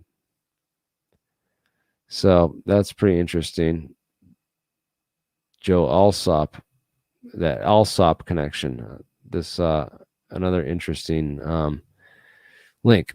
1828, Russell and Company merged with another drug smuggling syndicate run by John Perkins Cushing. Cushing brought in his cousins, Robert Bennett Forbes and John Murray Forbes. Robert Bennett Forbes was Senator John F. Kerry's great-grandfather. John Murray Forbes attended school at Phillips Academy in Andover, which is also where George H.W. Bush and his son Jeb and George W. Went to school, Andover in Phillips Academy. John Murray Forbes coordinated much of the U.S. investment in Russell Company and Partners, and he was the one who hired James Monroe Walker. Walker was the first hired as a solicitor for the Michigan Central and later as solicitor and president of the CB&Q. But while running these railroads, Walker worked with Nathaniel and Nathaniel Thayer Jr., a distant relative of George W. Bush, who was general counsel for the. So this is all like this tight-knit family. They're all like people say, oh, he's a distant cousin. There's no connections. And then yet you dig into this article and you'll find all these really interesting connections that link these families together and into a bunch of criminality involving going back to the 1800s and drug smuggling operations with this Russell and Company, including Skull and Bones, the secret society that trained a lot of the Central Intelligence Agencies and the OSS. And then, of course, Brown Brothers and Harriman, where, anyways, the fortunes that Russell and Company invested in U.S. railroads and other infrastructure were the spoils from the Opium Wars, among the most inhumane and socially devastating events in human history. These wars, which occurred between 1839 and 1858, were brought upon the Chinese people by the British government acting on behalf of merchants like Russell and Company, who intended to defy the Chinese government's ban on opium trading. It was Russell and Company's business partner, William Jardine and Jardine Matheson, who successfully persuaded the British Foreign Minister, Lord Palmerston, to wage war on China. That's pretty crazy. As a result of these devastating attacks, the British merchants were able to force Turkish opium upon China, thereby making enormous fortunes paid in silver. In 1906, after several generations of this forced drug trade, opium victims in China were estimated to number 100 million people. Oh man, thank you. I don't know how much 4,000 HUF is, but that's wicked cool. Yeah, not much. That's not that much. I'm like rich, man. If it was $4,000, man. Or 4,000 Bitcoin, would you like that? 4,000 Bitcoin. Now we're talking. Oh yeah. Oh, I sorry, it's completely off topic. I seen a 10 years old StarCraft competition where the first prize was $500, second prize $250, third prize $100, and after the third to the 10th, that seventh guy got 10 Bitcoins. 10 years ago. If some of those guys still have them. I have no idea, man.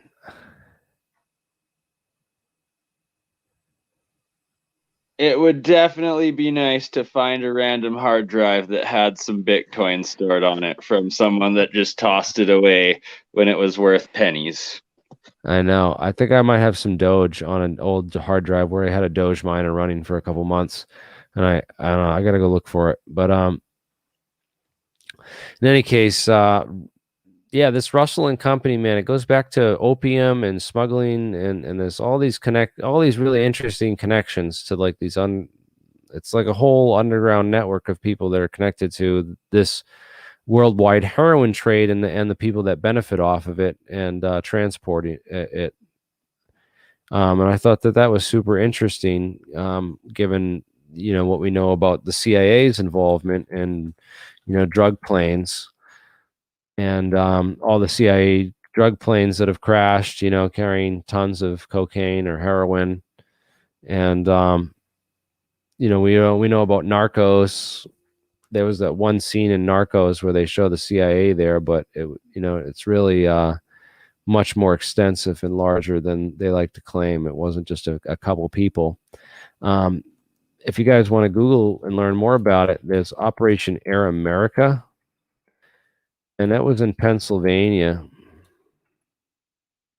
It was headquartered and started out of, it was CIA air operations in Laos, right? So there was an airline that was founded and used in Asia, And this was also connected to some of this stuff, because the airline that was, you know, smuggling a lot of opium to the Golden Triangle in East Asia and stuff. I think that, what was I going to say about this? American Air America. Yeah. So they were involved in all kinds of drug smuggling, and these guys found, there's a whole movie that was made about it.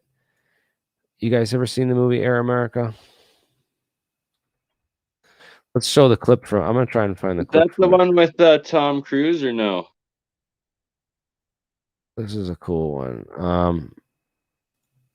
That's a different one where he's running that airplane out of Arkansas. There, he had that. Yeah, so you want to learn all about front companies, CIA front companies, and these secret air forces, and these secret. You know, when Senator Inouye was in that meeting, he talked about the shadowy government, the shadow government clip. You know, the shadow government clip where they talk about the shadowy government with its own air force and its own navy and everything. That I want to find the busted scene. I just seen it. That was almost it. So this is Mel Gibson and Robert Downey Jr. And that's the movie where they basically they find out about the front company, they find out about all the drug smuggling, and they go to expose it. And they're going to bring all the guy says, all right, we'll get all the evidence and we'll put it on this plane. You're going to go fly here, you know, you're going to fly here and go testify and show them all this. Right. But when they get there, they realize, or actually they're on the way there, and they went and go and look, and none of the evidence is there on the plane. It was switched, and instead they got all the drugs. And so when they land in the movie, they land and they get busted with all the drugs. You know what I mean? Instead. So they basically like told them, oh yeah, take all your evidence and you're going to go here. Just like, you know, just like Richard Grove was told to take all his evidence of that Silverstream program that was set up on the stock exchange and so many of those Fortune 500 companies in the World Trade Center that day. And he was going to take all his evidence and go to a hearing at the 93rd floor of the World Trade Center. He was told to go to the morning of 9/11.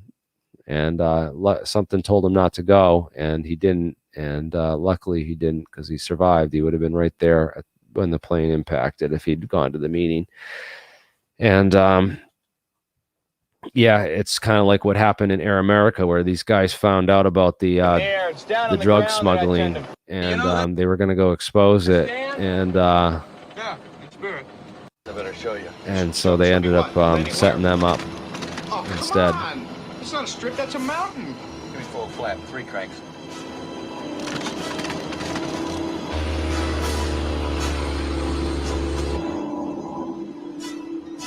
They had to land on these crazy small fields.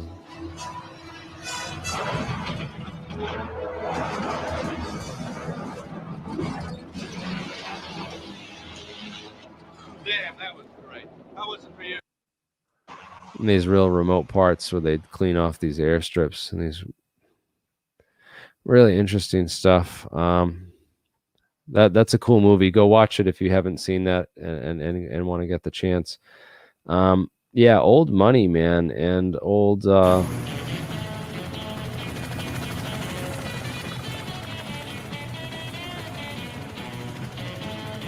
Is it Jack today on APEC? Is it Jack today? Oh my God, it is. I didn't even know Jack was doing APEC. I thought we weren't doing it. Oh my God, I gotta end this stream, man. Oh jeez. Fair enough. Much love and respect, and we'll see you on APEC in a few minutes. No, I'm gonna let this play. Maybe I didn't even know APEC was going on. I thought that I fucking totally blanked on that for today, man. Oh my God, thank you, Remy, dude. Yeah, sorry, Remy. I'm gonna go and How you doing up there?